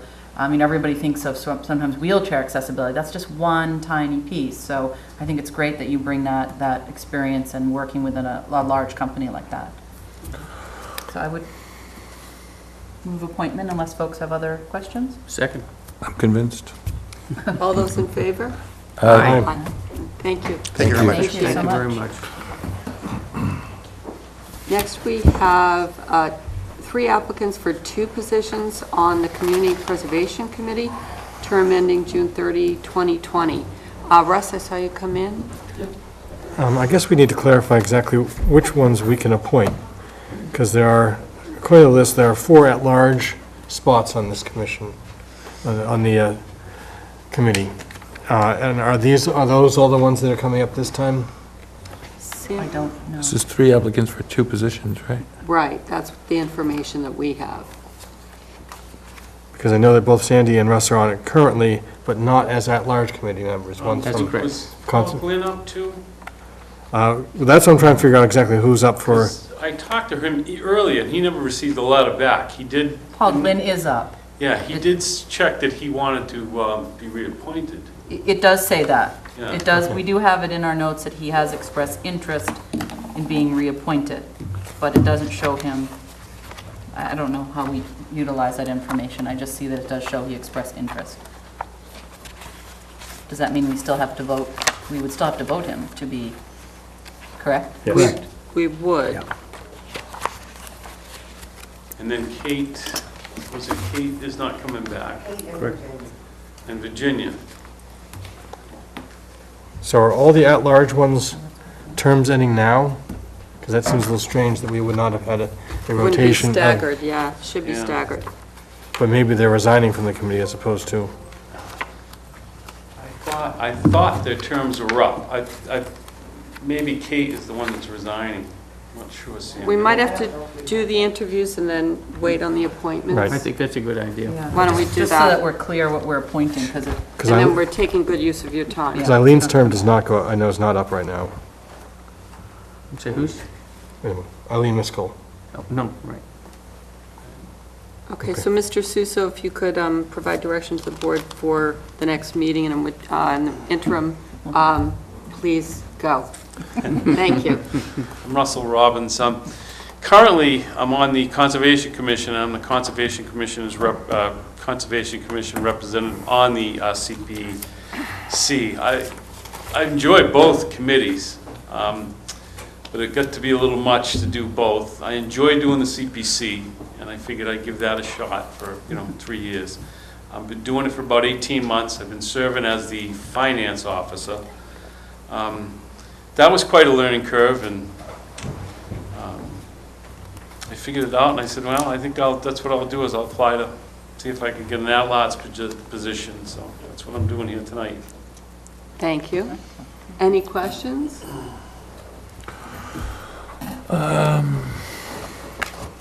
Well, I can Sam? certainly offer the endorsement. I think Russ's role on the CPC, even as a Conservation Commission representative, has been absolutely instrumental in their deliberations and tracking projects, and there's a convenience to have somebody who's a staff member here in the building be able to go up to the CPC office and review the records and compare notes and what have you, and be able to take some action pretty quickly whenever there's an issue. Try to get them out quick, the bills anyway. Right. Appreciate it. Thank you. thank you. Thanks, Thank Russ. you. Ms. CUNY? While we're looking. Thank you. Welcome. Sandra CUNY. My term, my second time around from the Recreation Committee. I've been a member of the Recreation Committee for over 27 years. And my term has ended in June, and I have been the appointed Community Preservation Committee person since 2013. So you'll notice that my term ended on June 2016, and they reappointed me for this 1 year, knowing that my term limit was up. The Recreation Committee has since appointed Bob Brown to take my place, and that binder with all that information in it will That get frees passed you up. down to him. So with Virginia and Kate stepping down, they had asked would I consider staying on as an at-large, and I've enjoyed my time on the Community Preservation Committee. There are a lot of new faces. It's a turnover, and as every committee will tell you, there's a huge learning curve, and I think my feet are pretty well grounded now, and being a town meeting member also.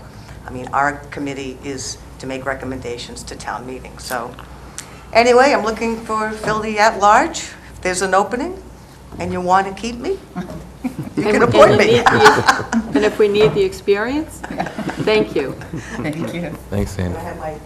Yep. Yes, very helpful. Mary Patricia Barry, welcome.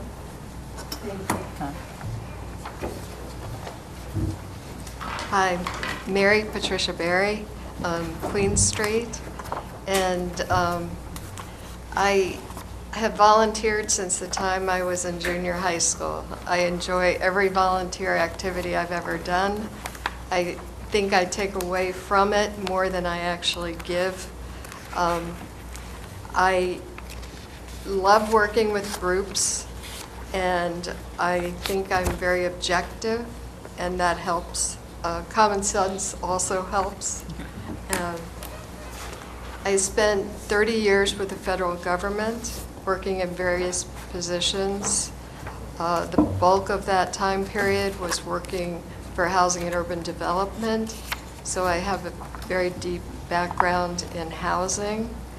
I worked with grants, and so, at least for some of that time. So that led me, after I took the Citizens Academy, to thinking this was a pretty good fit. That was at the federal level, so I worked pretty much every part of the process at the federal level. And of course, it would be learning something new, which I always enjoy, at this level. But, you know, if you want specifics, I'd be more than happy. Questions? Have you attended any CPC meetings? I have not. You know, I must frankly tell you, I thought they might be private. Okay. So I wasn't aware. Okay. Thank you. We're going to see how much we can start our deliberation. So the issue is that we have 3 at-large positions available. Paul Glynn needs to come in and interview because once it's contested, we're supposed to interview all of them in the same way and treat them as if they're all new applicants, not automatically reappoint incumbents just per course. Okay. So we need to have Paul come in and interview him before we really should make any votes on any of them. Okay. Great, so we will defer the vote. Mr. Suso, if you Absolutely. would follow up with that. Thank you, Mr. Jones, for the analysis. And thank you to the applicants. We will let you know as soon as possible. Okay, we now have more straightforward. The Conservation Commission has 2 alternate position vacancies, one for June 30, 2019, applied for by Kevin O'Brien, and the second one, June 30, 2020, applied for by Peter Walsh. I have that in the other order, but do I have another one? I'm not sure they're actually associated with those names. I just think we have 2 terms. Oh, It's it up to- just was set up that way. Right. All It's right, up so to it us would to be at the determine. board's discretion then which term. Right. Kevin O'Brien? Thank you.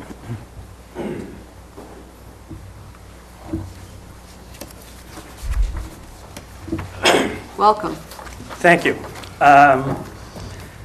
I've lived in Falmouth, well, we bought about 13 years ago, and we have lived here as residents for 9 years. I've been retired for 6. Linda, my wife, has been actively involved. She's on the board of the association where we live, and this time of year, she and her cohort spend Wednesday mornings at the Colonial Garden fixing up. And I've spent the past 6 years avoiding volunteering or otherwise getting engaged in anything. Right? So this has all come up rather quickly, so here we go. I do see you were chairman of the Whitman Housing Authority. For 22 years. And if I had the executive director I had then, I'd do it for another 22 years. So you weren't completely able to avoid service. No, no. I was younger then. Let's see, I have a bachelor's in civil engineering from Northeastern. I had graduate studies in environmental engineering. That's a shorthand way for NU people who did all the classwork but never did the paper. I worked for a plumbing and heating business for 10 years. I worked for a private consulting firm for about 10 years, and then I spent about 26 years at the Mass Water Resources Authority. Up until just after my retirement, I held a master's license, plumber's license, a professional registrations in civil and sanitary engineering. While at the MWRA, I had a number of different titles and positions. We reorganized on about a semi-annual basis. At least that's what it seemed to me. And I included in the paperwork a small sample of the projects that I was involved with. And I think that would indicate to you that I've had a great deal of experience with conservation commissions over the years. I like to think that we were always smart enough to hire specialized consultants who knew what they were talking about when they were in front of conservation commissions. And I don't want to pretend that I'm an expert on all of the issues, other than to say that I've managed projects that have gone through just about every riverbank and wetlands and ACEC, certainly in the southern part of eastern Massachusetts. One of the reasons for listing those particular projects is that they go through just about every community that you could think of geographically in that area. And if given enough time, I'm sure there are former residents of those communities who would be more than happy to comment on those projects to you. I'm not certain it would be all in a flattering way. You haven't lived until you've had construction all night long with all of the beeping equipment, but that's another story. In any event, I feel that my environmental experience and the fact that Linda and I are so happy to be living in Falmouth, and I've finally gotten around to stepping forward and hoping someone will put me to some good use. I'm 72, so I better do it sooner rather than later. Thank you. Well, certainly the committee would be very entertained, both with your wit and your experience and background if you're appointed. Thank you. Thank you. Questions from the board? Yeah. Sam? Just out of curiosity, Kevin, do you have any experience with denitrification septic systems? Very little, but some. I guess one of the things that I've suggested to a number of the commission members is that they might consider using denitrification septic systems for mitigation purposes whenever somebody wants to expand the footprint of their property. But that hasn't really been put into it's not an option for them to use since it's so tightly regulated. Part of the problem is you need to be somewhat reasonable both in allowing the leeway and in the expected outcome. A lot depends upon the basic soil conditions in the area. Some places it will work fine, in other places you could put a treatment plant on the site and it wouldn't help. Mm-hmm.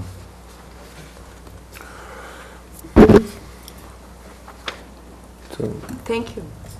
I was just going to say. Oh, I'm sorry. It seems that you have some experience dealing with conservation commissions as an applicant. Is that Yes. correct? Yes. What it would be, as I said, is, I'm trying to think, very few of the projects that I have been involved with don't wind up in front of a conservation commission. Right. But, as I said, usually we would be sure we have sufficient brain power to make sure that our applications were up to snuff. Certainly, but that experience is certainly helpful. Thank you. Thank you. Thank you. Peter Walsh.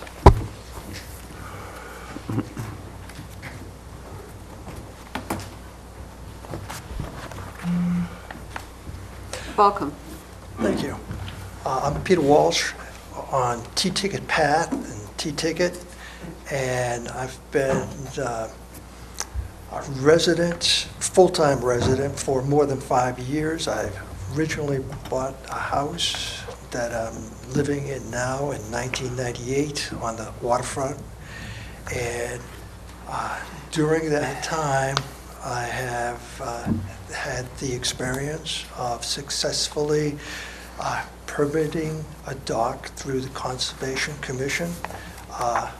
Then about 5-6 years ago, I successfully got permitted to expand the footprint of my house. So I have had some involvement with the Conservation Committee. In my career background, I'm a registered professional engineer since 1977, and my registration is more electrical than civil, but it consisted of a lot of construction projects that it involved a lot of regulatory approvals, not necessarily Conservation Committee, but electricity is very highly regulated, and the importance of it is safety and people dying and so forth. And as a result of that experience, I've been very involved with volunteering on national committees. I have assisted in the revision of the National Electrical Code. I am a member of IEEE that makes electrical safety standards national and internationally. And I have settled in Falmouth, and I want to be more involved. And I semi-retired the fall of last year. And I have had some time to slink about the house, and now I'm ready to get more involved. And I'm very interested in the environment. The town of Falmouth has a tremendous resource area. In the introduction to the Falmouth wetland regulations, it names more than a dozen resource areas that the Conservation Committee is involved with. And it's not just a regulation, it comes to understanding the regulations and understanding the people that are trying to make changes, and being a person that originally had some ideas about a dock or footprint changes and so forth. I had to self-study to realize what was best for a property owner is not essentially the best for the community of Falmouth or the people that come into Falmouth for their vacations. So I have some experience. So it's interesting that you say that, because the Conservation Commission sort of generally is charged with protection of, the lands in Falmouth and oftentimes has to weigh the homeowner's desires in that regard. And it's also, your experience really being in electrical engineering, it just seems, certainly as a waterfront homeowner, I understand that connection. But, in terms of your professional experience, it's a bit of a disconnect for me. I don't know if you've ever attended the Conservation Commission meetings? Yes, many times.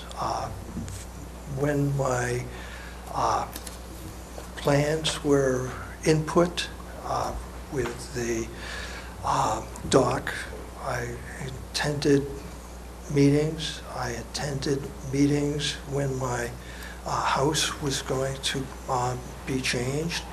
And probably, maybe Sam would recognize me for the two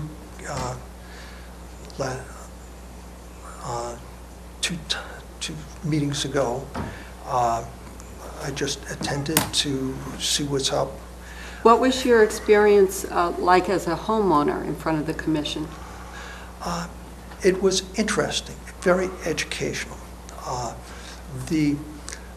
I think a typical homeowner is looking at the yard, their house, and not really considering the potential impact of the neighbors, the potential impact on recreational, the aesthetics from not only the road, but from the water. Does that mean you had to change your plans?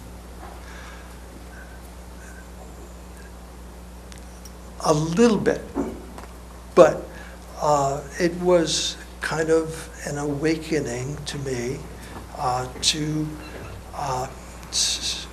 expand my viewpoint from a little lot of land to the community. Interesting. And just one other question that's important. I understand that you're an active member of the Perch Pond Preservation, Inc., which is currently in litigation with the Conservation Commission that you're seeking to join. So I'm curious how you would balance that. Okay. Perch Pond Preservation Incorporated has many members, and presently I'm a member. And according to the president of Perch Pond Preservation Incorporated, there is no litigation, and according to some emails from the recycled from the town council, that the town council and Perch Pond Preservation dropped all conflicts several months ago. So you were able to look into that? Yes. And you feel that gave you some insight into the way the commission works as well? Yes.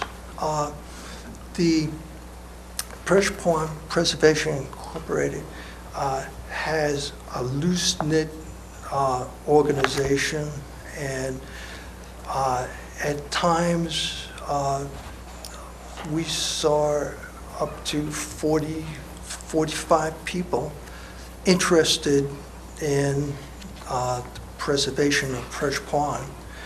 And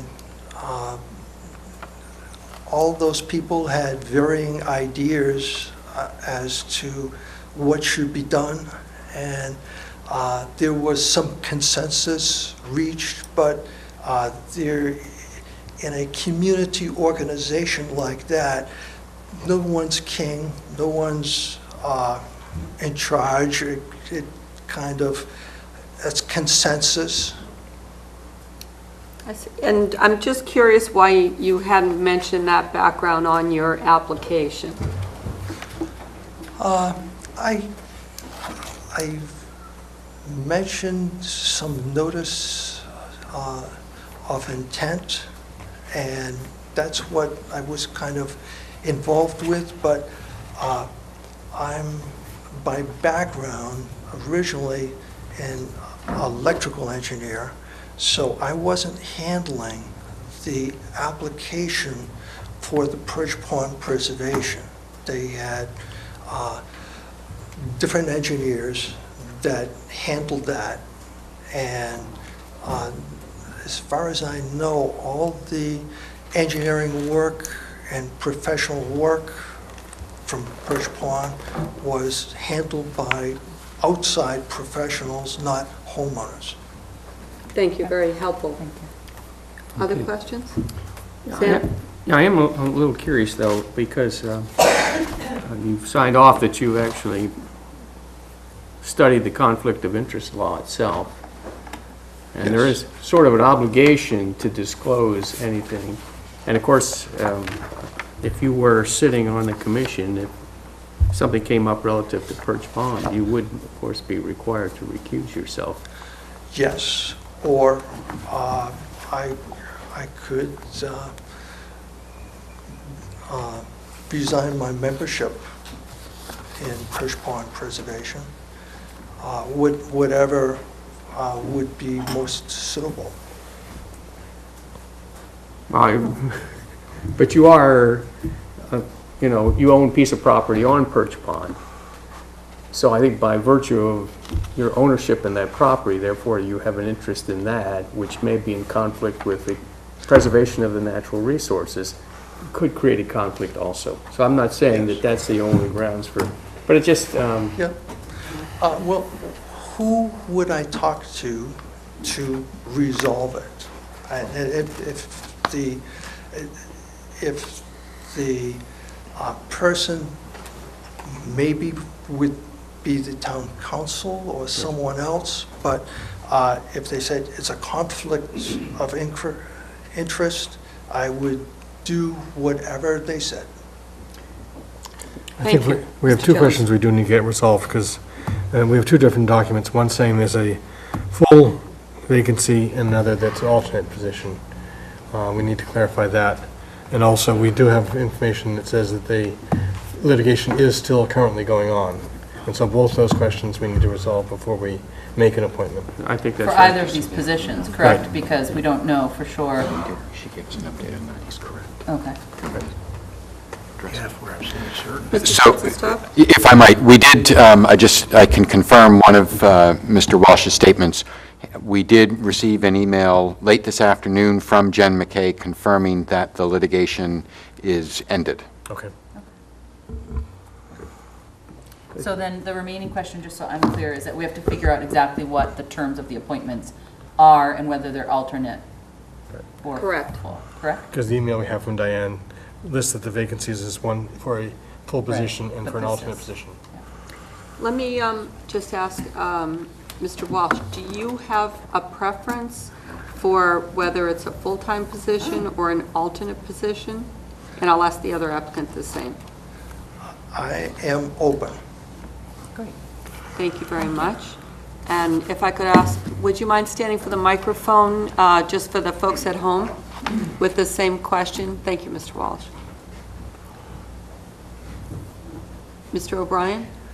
I think that's something for you, the board, to decide, You'd be whichever is amenable most either way. convenient. Your wife for will you. probably want the full-time position. I think she signed you up for several other committees, so stick around. Let's not ask, okay?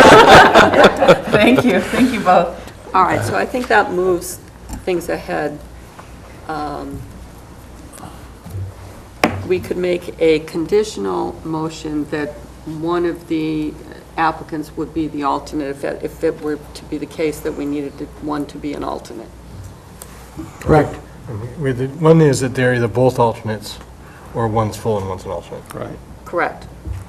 And so does anyone want to craft a motion that would subsume those conditions?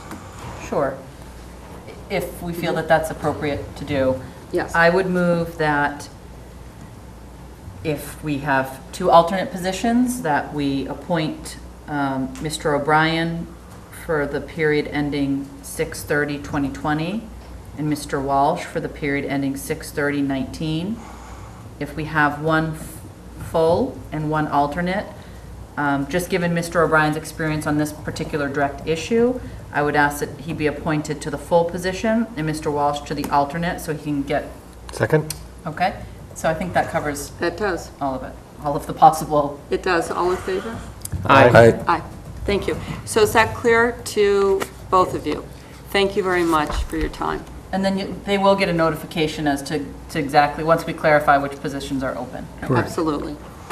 Thank you. Mr. Suso will take care of that. For golf advisory, we have 1 position, up to June 30, 2020. Is Diane Quaid here? Welcome. Thank you.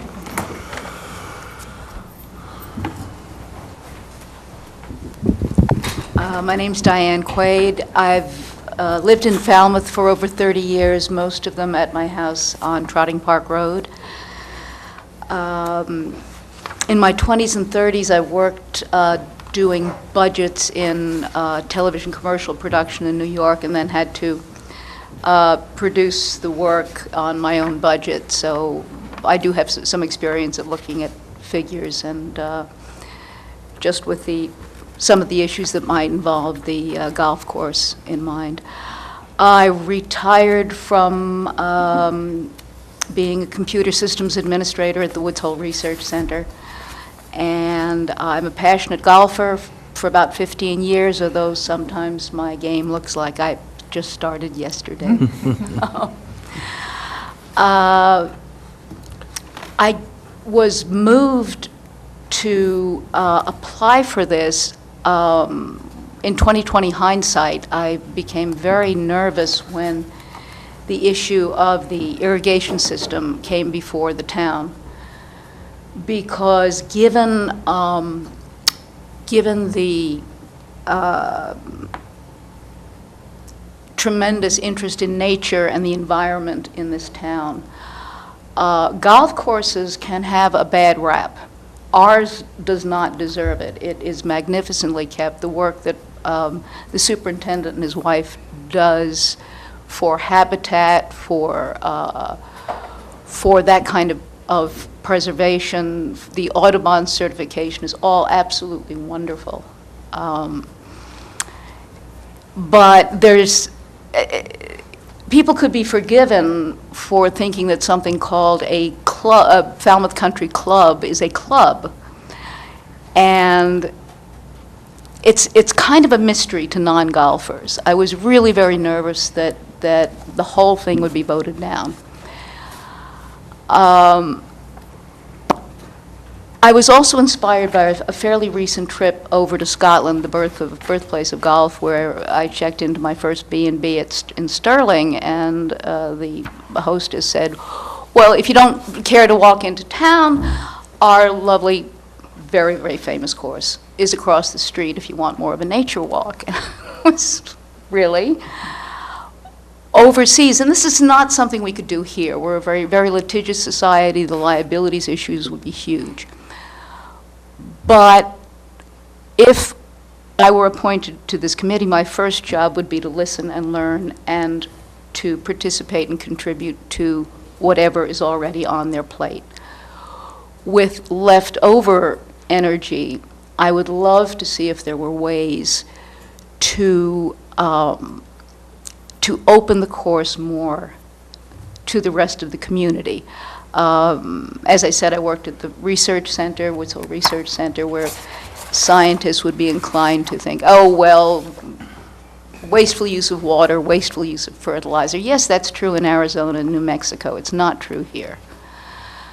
I find myself wondering if such as off-season, such activities as bird walks, by the way, the osprey are nesting, if anyone cares, snowshoeing, which is something I did that winter to where we were all snowed in. I got a pair of snowshoes, and after I exhausted my neighborhood in Trotting Park Fields, I thought, well, where else can I go? And I said, oh, I'll go up to my golf course. And I walked about 12 holes. There's a clubhouse. They have a wonderful tent up in the summer. They are very busy, but I do wonder if there are ways of sharing it more with our fellow citizens to thereby completely selfishly support this fabulous resource for golfers. The only other thing I wanted to say is I do play regularly at about 8 public courses in the entire Upper Cape area, and I'm also a member up at Falcon at the base, which they take normally human beings up there. So I feel I would also be able to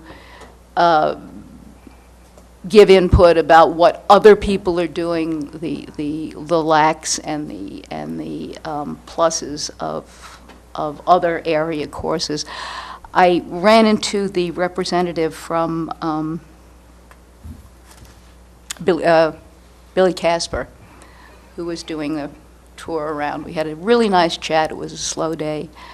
And I said, you know, I wonder, with all the competition locally, how can this course stay in business? And he said, well, you could look at it as competition, or you could look at it as the area becoming a destination for golf, which is terrific for everyone. And I've also, out on the course, was playing by myself. I got bogged down by a big bunch of guys, and they waved me up to join them, and they said, you know, we're just a bunch of buddies here on a trip. And there are about a dozen of them, and I had a very good time playing with them. But what I really liked to hear was they said, oh yeah, we come up from, I think it was Connecticut, and we all came together and we called the course, and they gave us a terrific deal, and we're really happy to be playing here. And I was very proud that Matt and company had welcomed this business, and these will be people who will come and stay at hotels and all that other thing, and I've already talked too long here, but thank you for having me. Covered the base as well. Thank you. Any questions? Favorite hole? Pardon? Favorite hole at Falmouth? Oh, golly, favorite hole. I can tell you the ones I don't like. Oh, yeah. That's the right answer. Truthfully, I like both courses immensely for different reasons.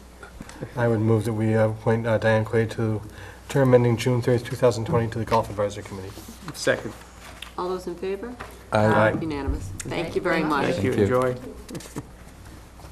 Okay.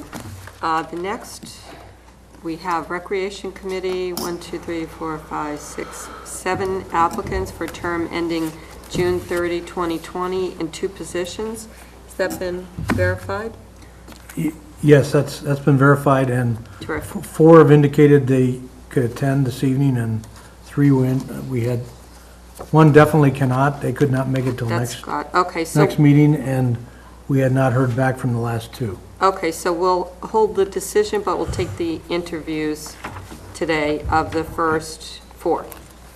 Okay. Right. Richard Bowles, thank you. Welcome. Why would you like to be on Recreation Committee? Thank you. Richard Bowles, 14 Journey's End Road, East Falmouth. I'm a stone's throw away from that great golf course. In fact, sometimes I'll throw my bag on, cross through the cranberry bogs, and play. I am a retired teacher, a health and wellness teacher from Holliston, Mass. I retired back in 2012. My wife and I made the great decision to move to Falmouth. It wasn't our first look as far as retirement, but it ended up being a great decision. Having my background in, again, health and physical education, coaching background, I currently still substitute in these schools. It's a great community. So I want to be on the Recreation Committee because my background has a lot of history in that area, and again, I want to give back to the town. It's a great place. Love to hear that. Yeah. Any questions? We agree. Doug? Do you have any ideas for expanding programs or anything that you think is in need? I will tell you this, I know that one issue is field space and the condition of some of the fields. Again, I started way back when I was 16, 17, working for Sudbury Recreation Department. So I know that almost in every community, you're going to have issues as far as space, facilities. I don't have anything right off the top of my head, but what I've always found is getting the community involved in, not like a barter system, but the idea of this is something that you, as a town resident, can take advantage of. If you could give a little bit of time to improve it, then everybody's going to benefit. Yeah. We're taking a trip around all the fields tomorrow afternoon. Yeah. We've already heard the alarm about that. Fortunately, we've had some rain, so. Yeah. But. Okay. Great boots. Thank you. Okay, thank you. So much. We next have Lori Dillon, who apparently is not here. Mark Dillon. Not here. Chrissy Frustasi-Ruzzo. Did I say that right? You did. Thank you very Welcome. much. Thank you, and thank you.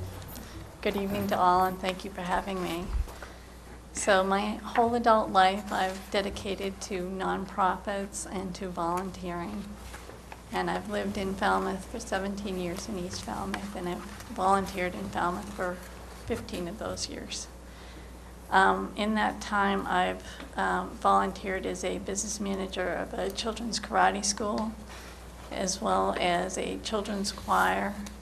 I then became under the tutelage of Bob Murray and was convinced to participate in affordable housing, and gratefully so. I became a part of, involved with the Housing Corporation, and then the Affordable Housing Committee, as well as the Falmouth Housing Trust, and where I had an office right across the way there, where I was able to work with families and young children and liaise and get services for them, working with Falmouth Human Services, which is right next door, Falmouth Service Center, among other agencies. I also was a part of a project, a neighborhood that we built in Hatchville, in which I was the liaison to the families, and was lucky enough to work with those families, starting working with the clerk of the works, with the beginning of the project to the end, where the families moved in, and then seeing them through for the first few years. After that, I began working with Falmouth Youth Baseball, alongside the same time. So pretty busy. Working with Falmouth Youth Baseball, and worked with them for many years. Started a program transitioning youth from youth baseball, which was then Little League, into Babe Ruth with a bigger field. The rules are a little different, so it's a little bit of a transition for those kids, so I created a program for that. The senior Babe Ruth program had been in latency for a few years, and so I helped to sponsor and get that back in motion again. I also helped to create and run Falmouth Little League Softball, which I helped to write its bylaws and was its president for 4 years. And in doing so, we were able to work with the towns of Barnstable, Marsh, Mashpee, Bourne, and among Nantucket and Martha's Vineyard. And so the kids would be able to travel and have cookouts and actually have a great time. Always, first and foremost, being youth-oriented, child-oriented. Since that time, I've also been on the board of directors of those organizations. I've been on the board of directors now for the Falmouth Commodores, and over the years have attended a number of Falmouth Recreation Committee meetings, and lately I've committed myself to continuing to attend those meetings. I believe in collaboration, and I believe in working for the youth of Falmouth, and strongly would like to be a part of this committee. Thank you very much. Do you have any questions for me? Questions from the board? Anything she didn't cover that was pretty? I think you've pretty much answered them all right there. Anyone with an email that is, well, I won't say what it is, but it's a great email for your application for this Thank position. you. Mr. Jones? What got you started with supporting Little League and Babe Ruth? Actually, my children. Okay.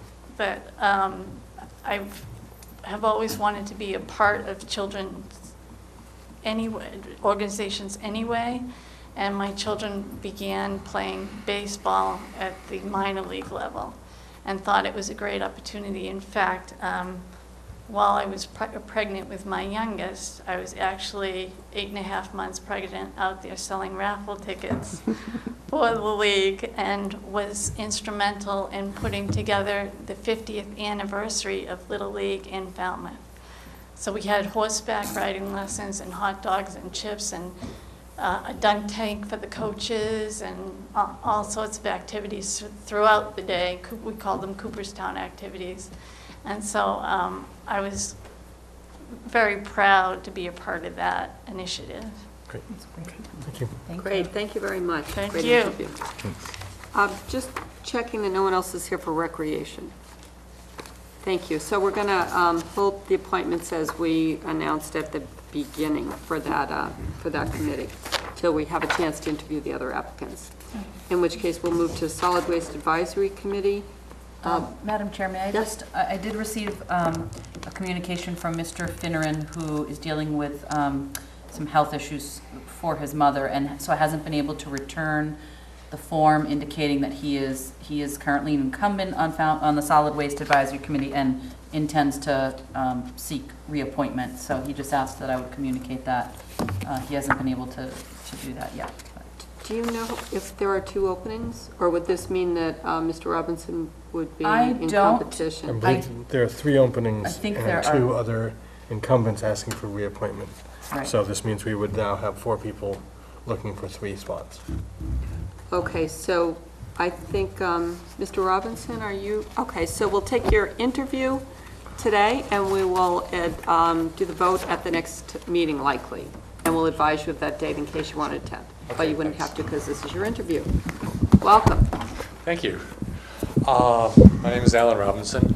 I am one of the newest members of the community. My wife and I moved here 2 months ago, so we are real new. But I did attend, and we actually purchased our home in February, and I did attend a meeting of the Solid Waste Advisory Committee.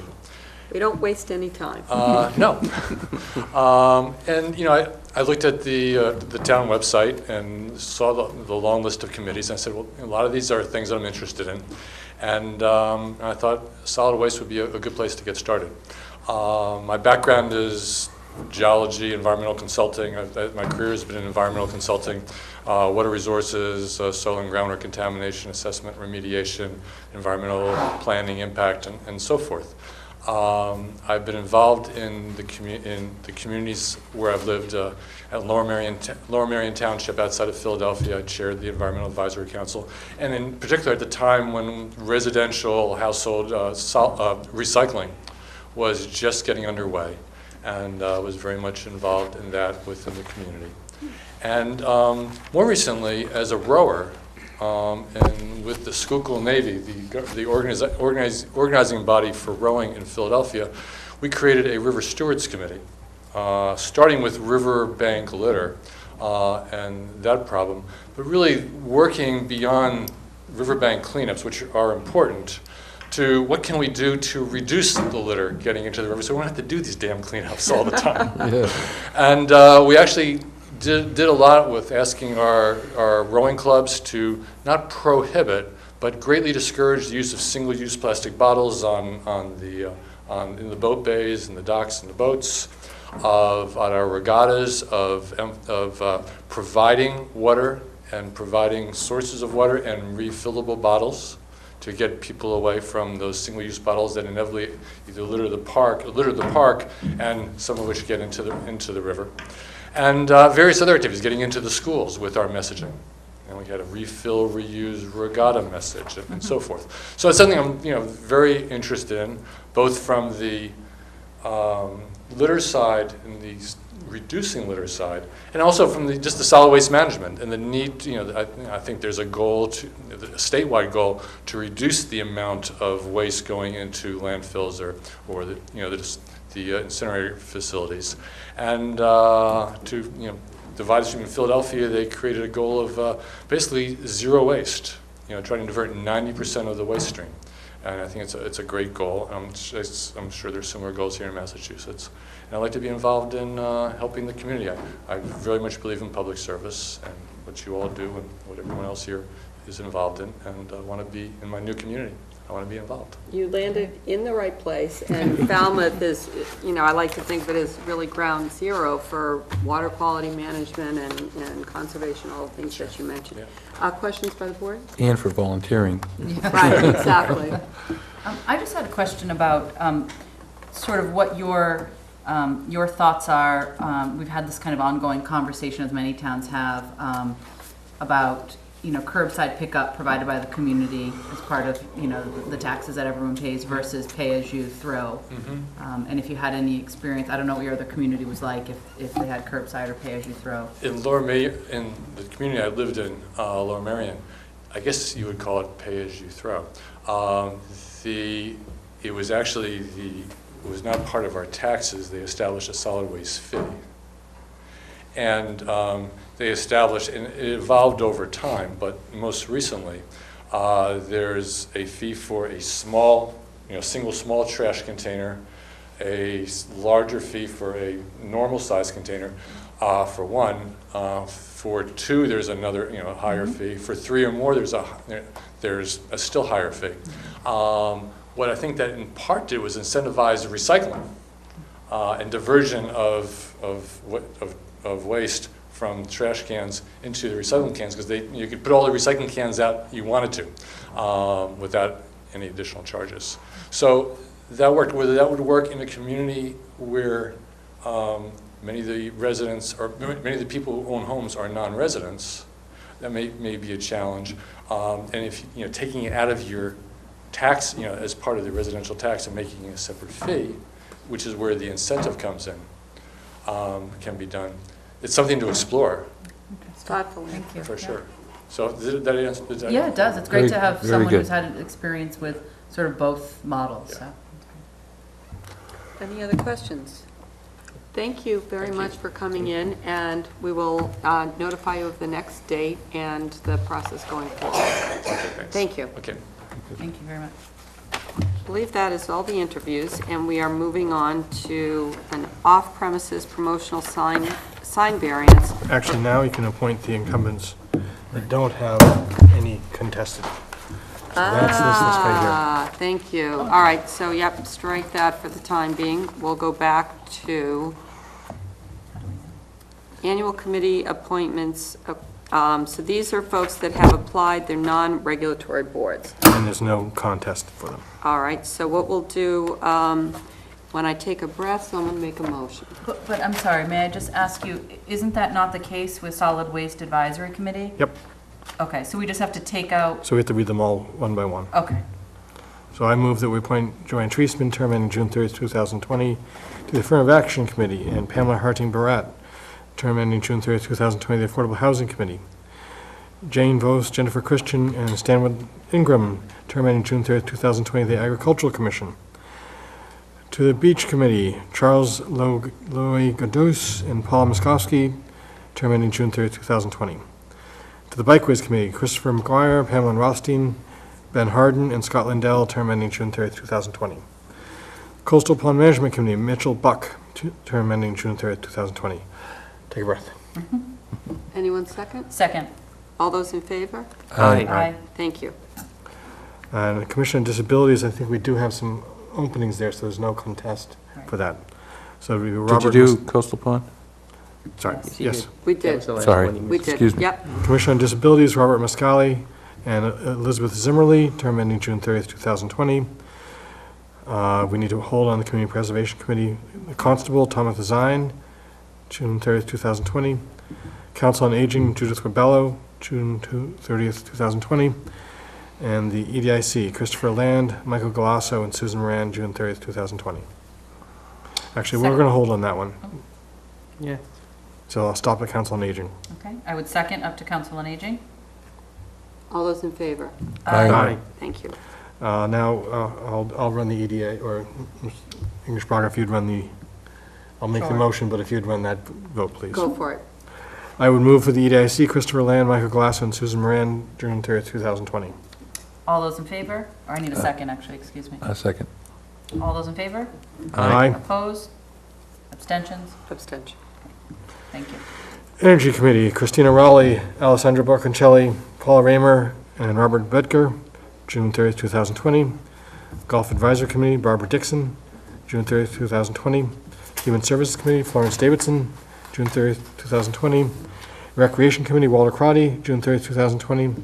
Sign Review Committee, Susan McCabe, June 30th, 2020.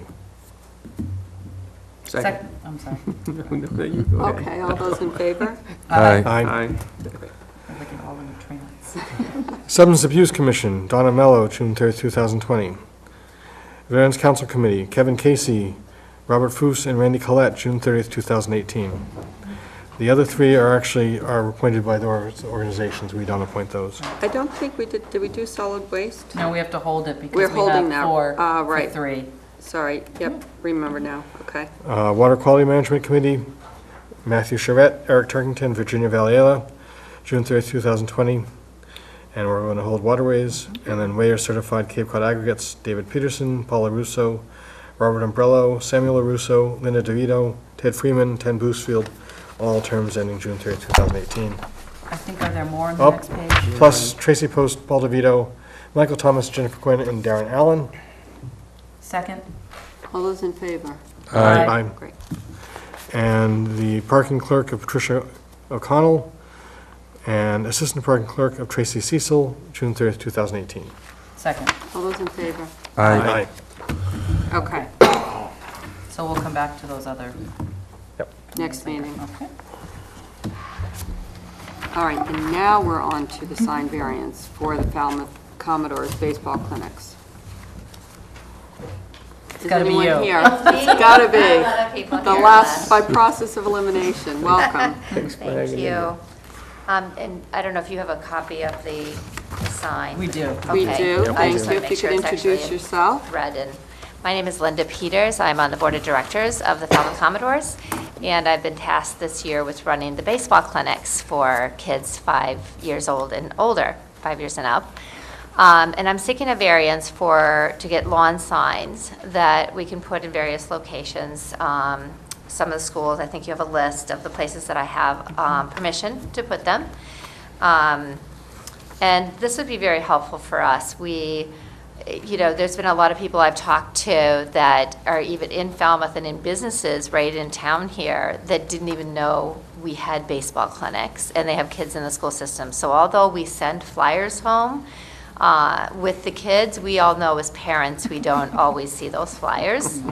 So we found out that UID, Red Sox, were putting signs up at all the schools and everywhere. And so we thought, wow, that's a pretty good idea. It's a good way to get the word out, especially to people that are visiting the town, the tourists and everything. It's a way to get the word out to them that they may not hear about it otherwise. Of course, we have it on our website, and we have it on our Facebook page, and, but we also have it we put an ad in Kids on Cape. But, we feel like this could really reach a lot of the tourists that are coming into town. And this year especially, we're handicapped a little bit by the fact that school doesn't get out until the 26th of June. So we're left with only 5 weeks of the baseball clinic instead of 6. Although we could have with out-of-towners, but the first week or two, as you know, the tourist season doesn't really pick up here until, the school is out anyhow. So it does, we need to make up some of the money that we lose from that. Any other questions? I do have a question. Sam? You kind of indicated, I just want to double check, that you've actually gotten permission from the schools, because I'm not sure that we have authority over those properties. Yes, so I actually talked to Barbara Mitchell, and I also talked to Sharon Reed, who had the position before her, and both of them told me that if it was okay with you, the committee, that it was fine with them. So we were only putting them at the elementary schools, the same schools where we distributed the flyers, and had permission from the school as well, from Barbara Mitchell. Okay. I'll take a motion if the board's ready. Move approval? Second? All those in favor? Aye. Thank you. Thank you. Thank you very much. Great opportunity. Okay.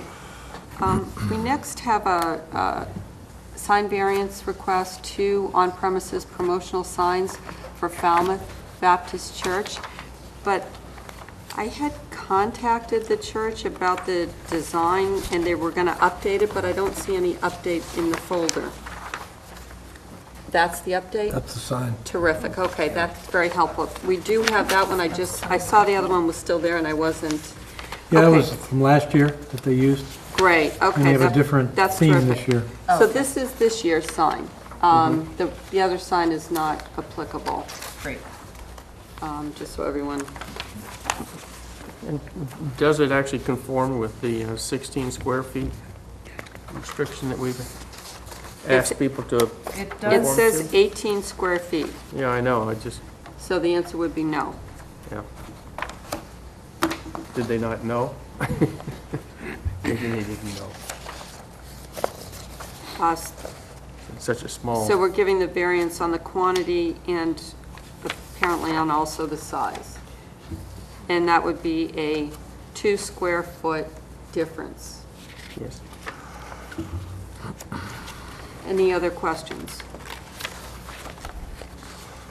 No, I think I sort of understand your concerns, so maybe we can just remind them that in general, it's, I mean, obviously we can give a variance for the square footage, but I do understand that where it's placed, I mean, they are vying with sort of a lot of other visual things going on in that area, trying to grab people's attention, so I think it's. And they're trying to put a lot of information. I mean, they have the date, yes. the age, the time, A website, I mean, in order to see it, they probably do. and the fact that it's free. Yes, good point. Good news is last year was a And fun. 24 square foot sign. Yes, I'm noticing that, so it is getting smaller. I'd move approval. I would second it. All those in favor? Aye. Aye. And let's just make double sure that it's the right sign that gets printed and posted. Thank you. Next, we have approval of 2017 seasonal annual license renewals. I will move approval of the Woods Hole Passage Bed and Breakfast Inn for a lodging house license and for Cape Cod Gold and Silver Coin secondhand dealer license. Second? Oh, I'm sorry. No, Is there any second? Go ahead, Sam. I second it, sorry. All those in favor? Aye. Thank you. We next have to announce the next quarter Selectmen's meeting schedule. Madam Chair, if I may, just before we do that, unfortunately, I'm actually going for our next meeting on the 19th, and I just note this because it seems like we may be doing a lot of voting, so just in case anyone else was not going to be here, I'm going to actually be in Minneapolis on that day. I do get back, but the flights have changed until I don't get back in Boston until 8 o'clock, so there's no way I'd make this meeting. Oh, that's terribly bad luck that that happened. Tried to change it, but. All right, so just everyone so else, that stay you know. healthy for the 19th. No one else can miss it now. Okay, and we also have our strategic planning retreat on June 13th, 6 to 9. And I note that Mr. Johnson-Staub will be out on the 24th Of July? of July. Yes, Okay. so we're starting with dates in August. Okay. Is that Selectmen Strategic Retreat with the planning board? No, No. Okay, It's just that's our annual meeting amongst ourselves. okay. I don't think you set your dates for July, No, other than the 10th. I think we had We I had had the the 10th and the 24th. And the 24th, we do have on the calendar. And I remember reading, Okay. does that still make sense with Well, they had a everyone except for copy of- Peter? Didn't include the 24th. There was a version that we got that had the Okay. 24th on it. Very good. Yeah, I think we had, agree. So the 24th works for everyone. So we've got the 10th and the 24th of July. Okay, the next question would be whether to do the 31st, since the 7th would be, I'm not available, so I'd rather we not do the 7th. 7th is tough for me also. For you also? All right, so what about the 31st Sounds and the good. 14th? Fine with me. I don't want to make conflicts at this point. Just say, Okay. I'm sorry, one more time, the 31st Of of July. July and the 14th of August. Great, because I also cannot be here for the 21st, so. Likewise. Okay, great. So 31st. 31st of July, 14th of August, and the 28th of August in that case. Great. Which, does that work? Yeah. Yeah, the road race is the 20th, so anybody that tries to do that would be in bad shape on the 21st. right? That must be why Megan's out. Yes, oh, you know me, big runner. Okay, and we then have Labor Day holiday, and then for September the 11th, does that work? Before we go too much further, certainly we had tried to meet with the planning board, and actually with Concom and ZBA again. It wouldn't be bad to try to get that into either June or July sometime. Planning board only wants it, will do it if it's on a Saturday. But it might be good to try to figure out where we might be able to throw that into a July meeting. So why don't we ask the town manager to have Diane circulate a bunch of Saturday dates? Maybe we can discuss and then circulate with the board and then propose. Great. Sure, and you say the Saturday is the only date, the only day of the week the planning board to consider? Well, they would prefer it. They felt, I think, the last time it was very constructive, that Saturday morning The joint reason I session. raise it is you have 3 dates in July. What if you were to consider one of those as a joint meeting with the planning board? We can include that in the circulation. You were at their meeting, Mr. Brown, and heard their reluctance to an evening meeting, it sounded like. They were just reluctant to have a short pre-regular meeting. You Okay. know, they didn't want just a quick thing. They felt like it required some more time. So And they invited us to attend one of their Tuesday night meetings, and they would dedicate the meeting to it if we prefer that. Yeah. That's what you could do on the 31st presumably. You just make it a, because you have 2 other meetings that month, of course. Right, You could make it an exclusive joint meeting, yes. if you cared to. Let's see if it'll work for them. So And you're so- thinking Monday, the 31st is what we would offer, even though they Just a asked suggestion. for a Tuesday? They were hoping for Saturday They or wanted- Tuesday, but I'm sure, you know, we could ask them. They were asking about a Tuesday, I presume, because that's when they meet. Right. So Yeah. you just be, this would just be the converse of that. It would be suggesting that Mm-hmm. the night you meet. So let's include the 31st, and is there any Tuesday that, Well, what about instead of doing the 24th, doing the 25th, if that's, I don't mind accommodating that. Is that a problem for anybody else? that's what I'm checking here. July 25th. Yes. No, we could do that.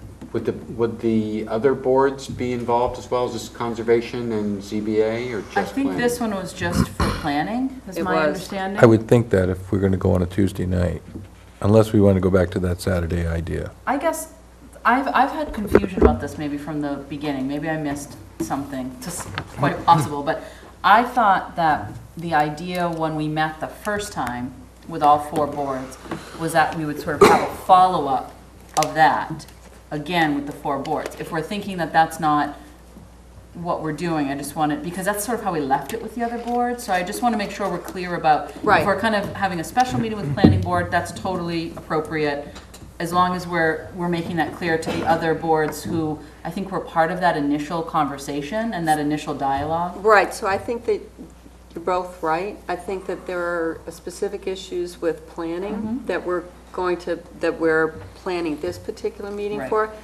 But that's certainly not to say that we're not going to reschedule the follow-up meeting with the 4 boards. Yeah.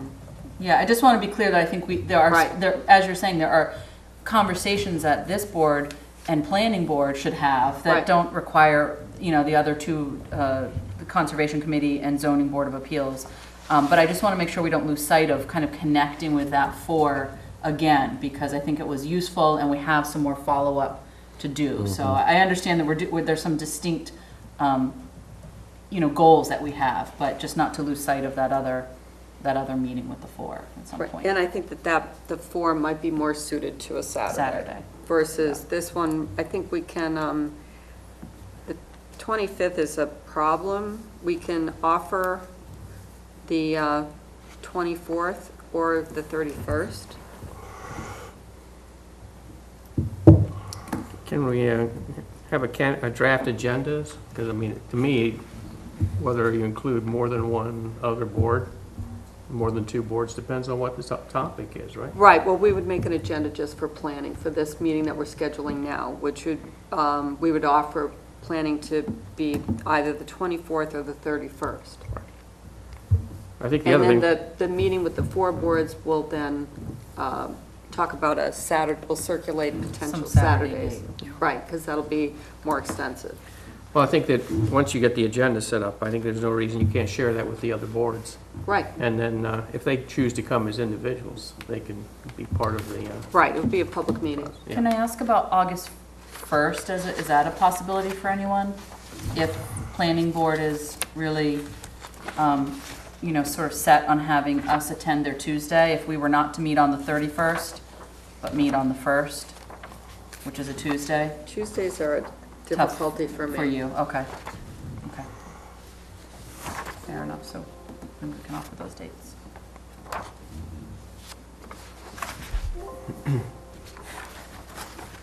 Well, I like the idea that during the email that goes out saying both the 24th and 31st, and what Saturdays would work for a 4-board committee. Right. And So just we're be saying clear that that our we're- chair can't make it. The Tuesdays aren't really Right. possible for the chair, so, yeah, I think you're right to.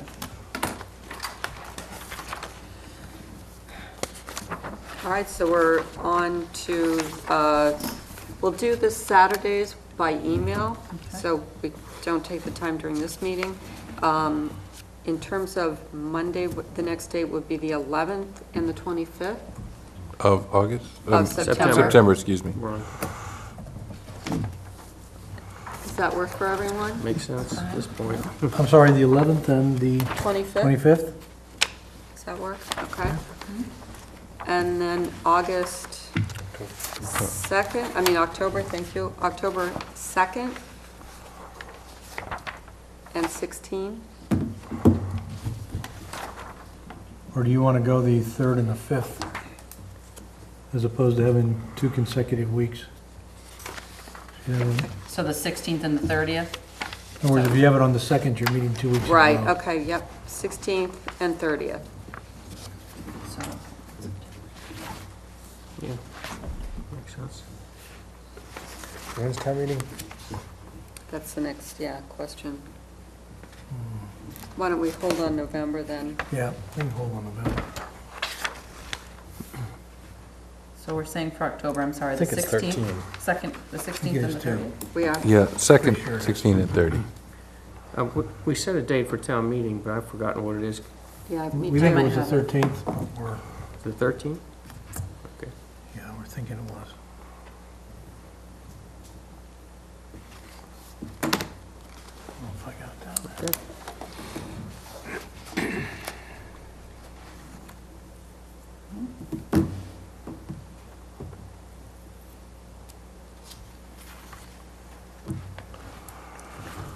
Is it scheduled yet?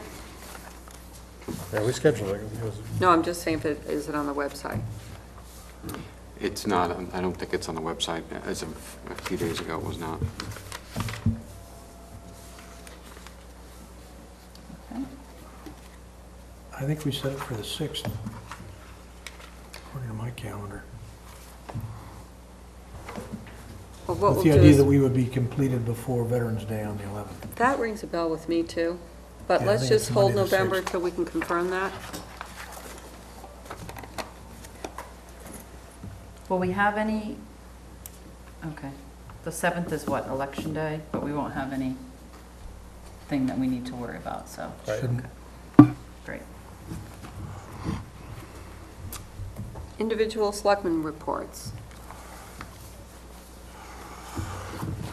Well, you want to go? Doug? I just want to report that, at our last meeting, we discussed the fact that we're not likely to be able to get the vulnerability assessment in happening this year.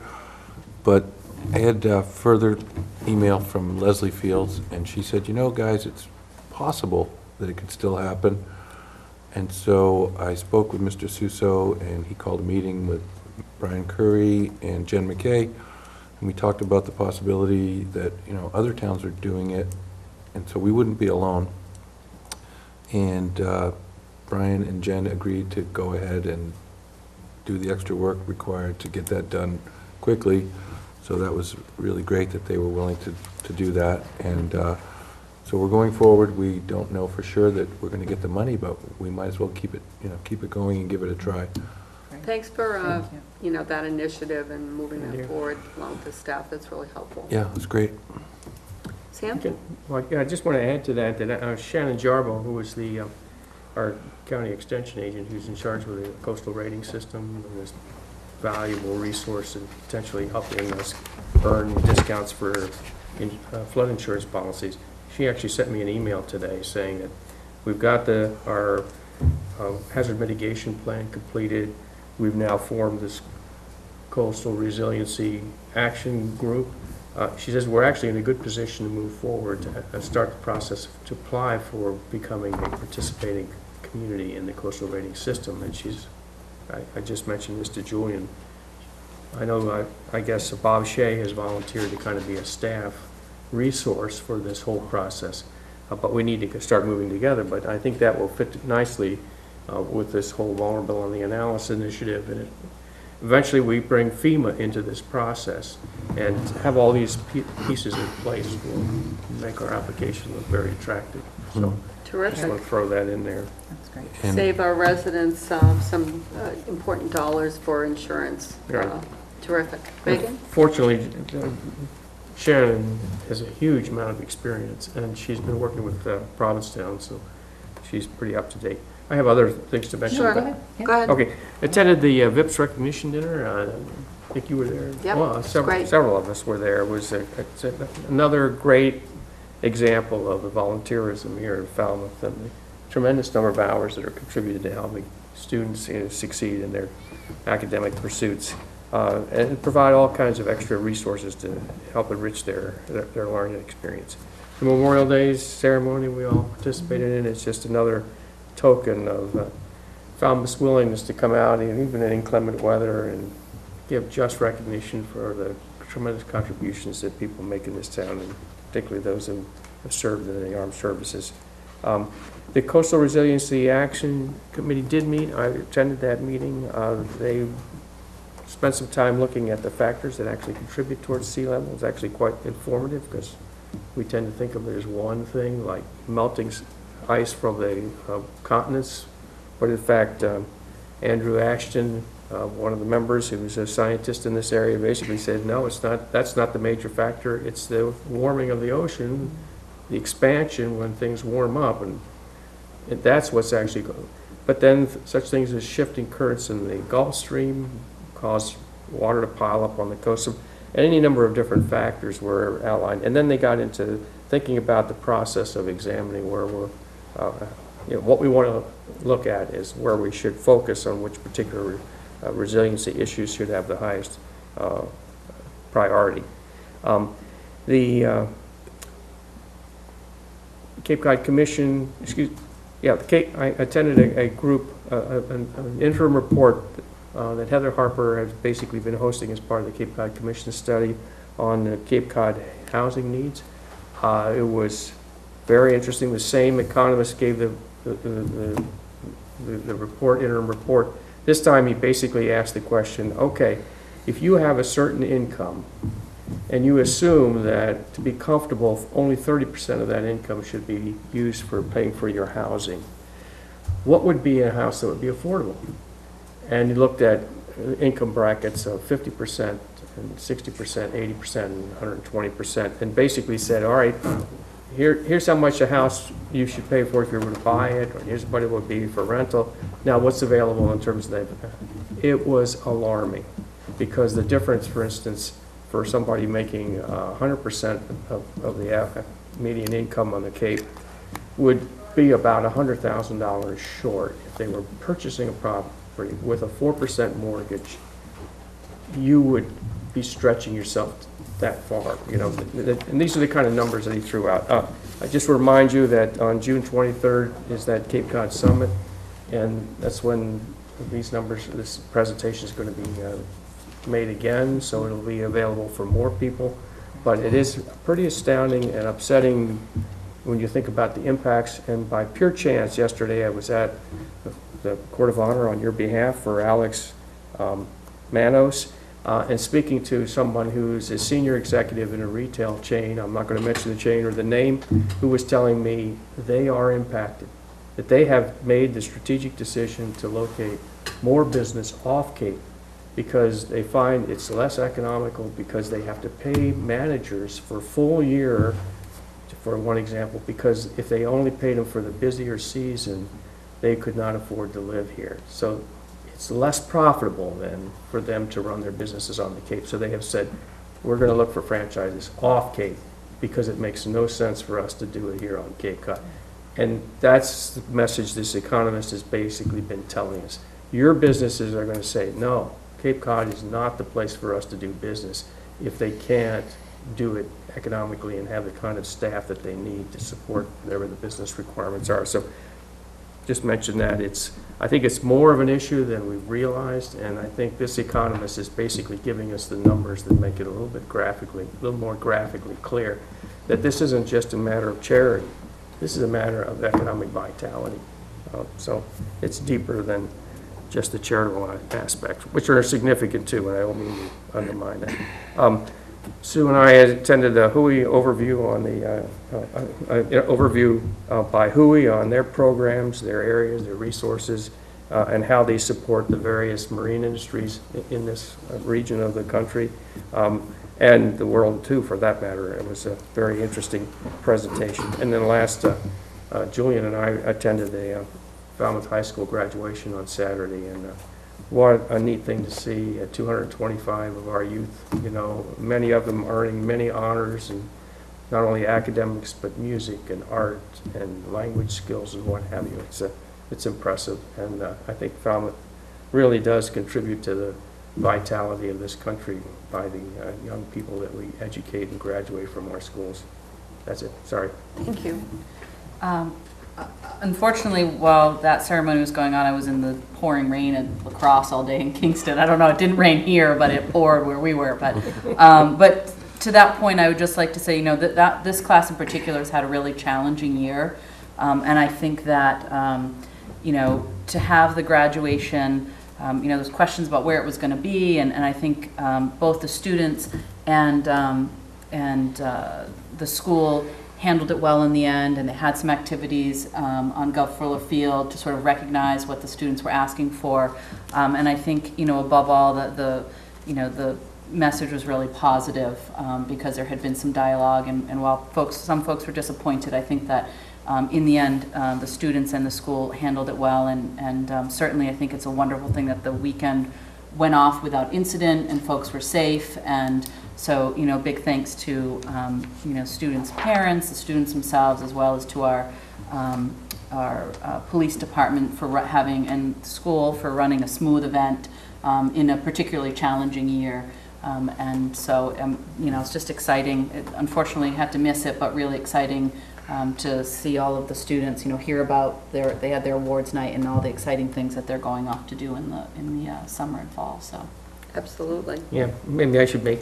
They listed all of the universities and schools, and this is, of course, many going off into careers. But if you looked at that list of colleges, and it would match any private school in this country. I mean, we have students going to Brown, we've got them spread in universities all up and down the East Coast and on the West Coast as well. Our students are obviously prepared to be accepted into universities of the highest standards all the way across the country. So it was really a neat thing to see.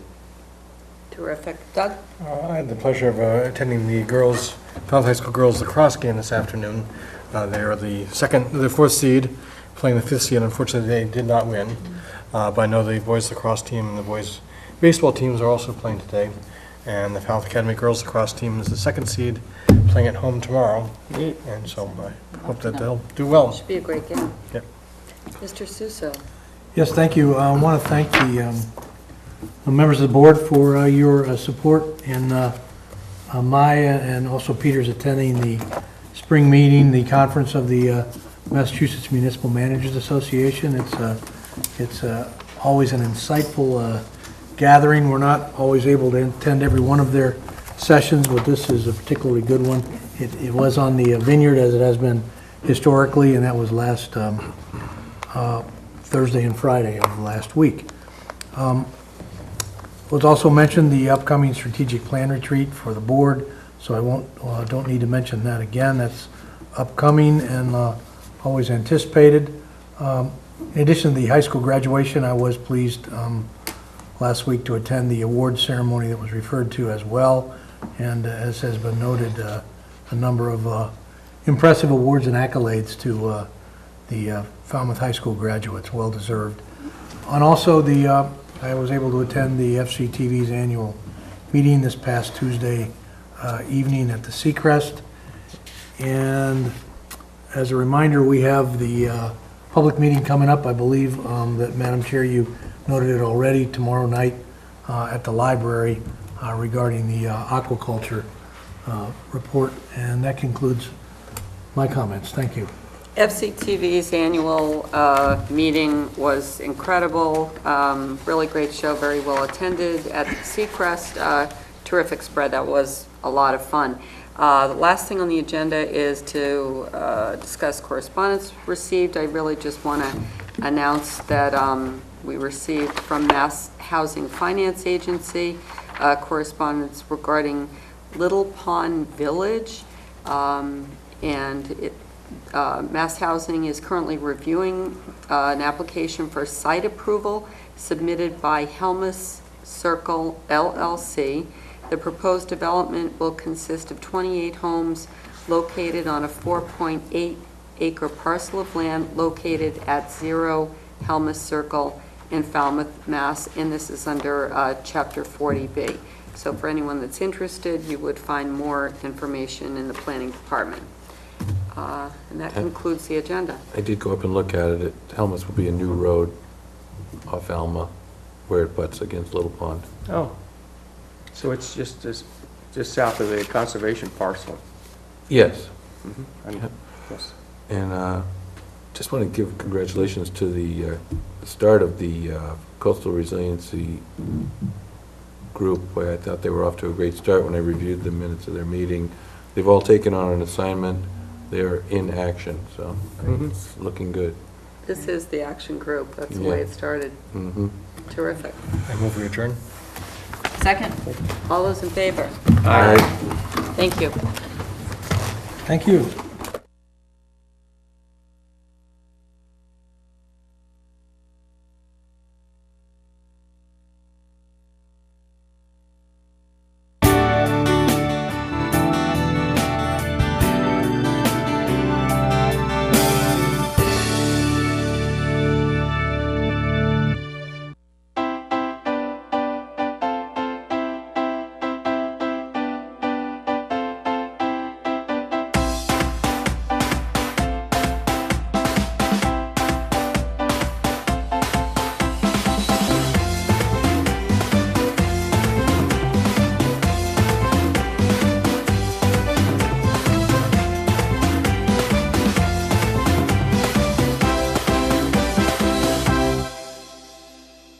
Hosting services for FCTV.org are provided by Meganet Communications. Meganet offers a wide array of internet services, including Mega Backup Cloud Service, server colocation, T1, fiber, Metro Ethernet, as well as telephone services such as hosted PBX and digital voice.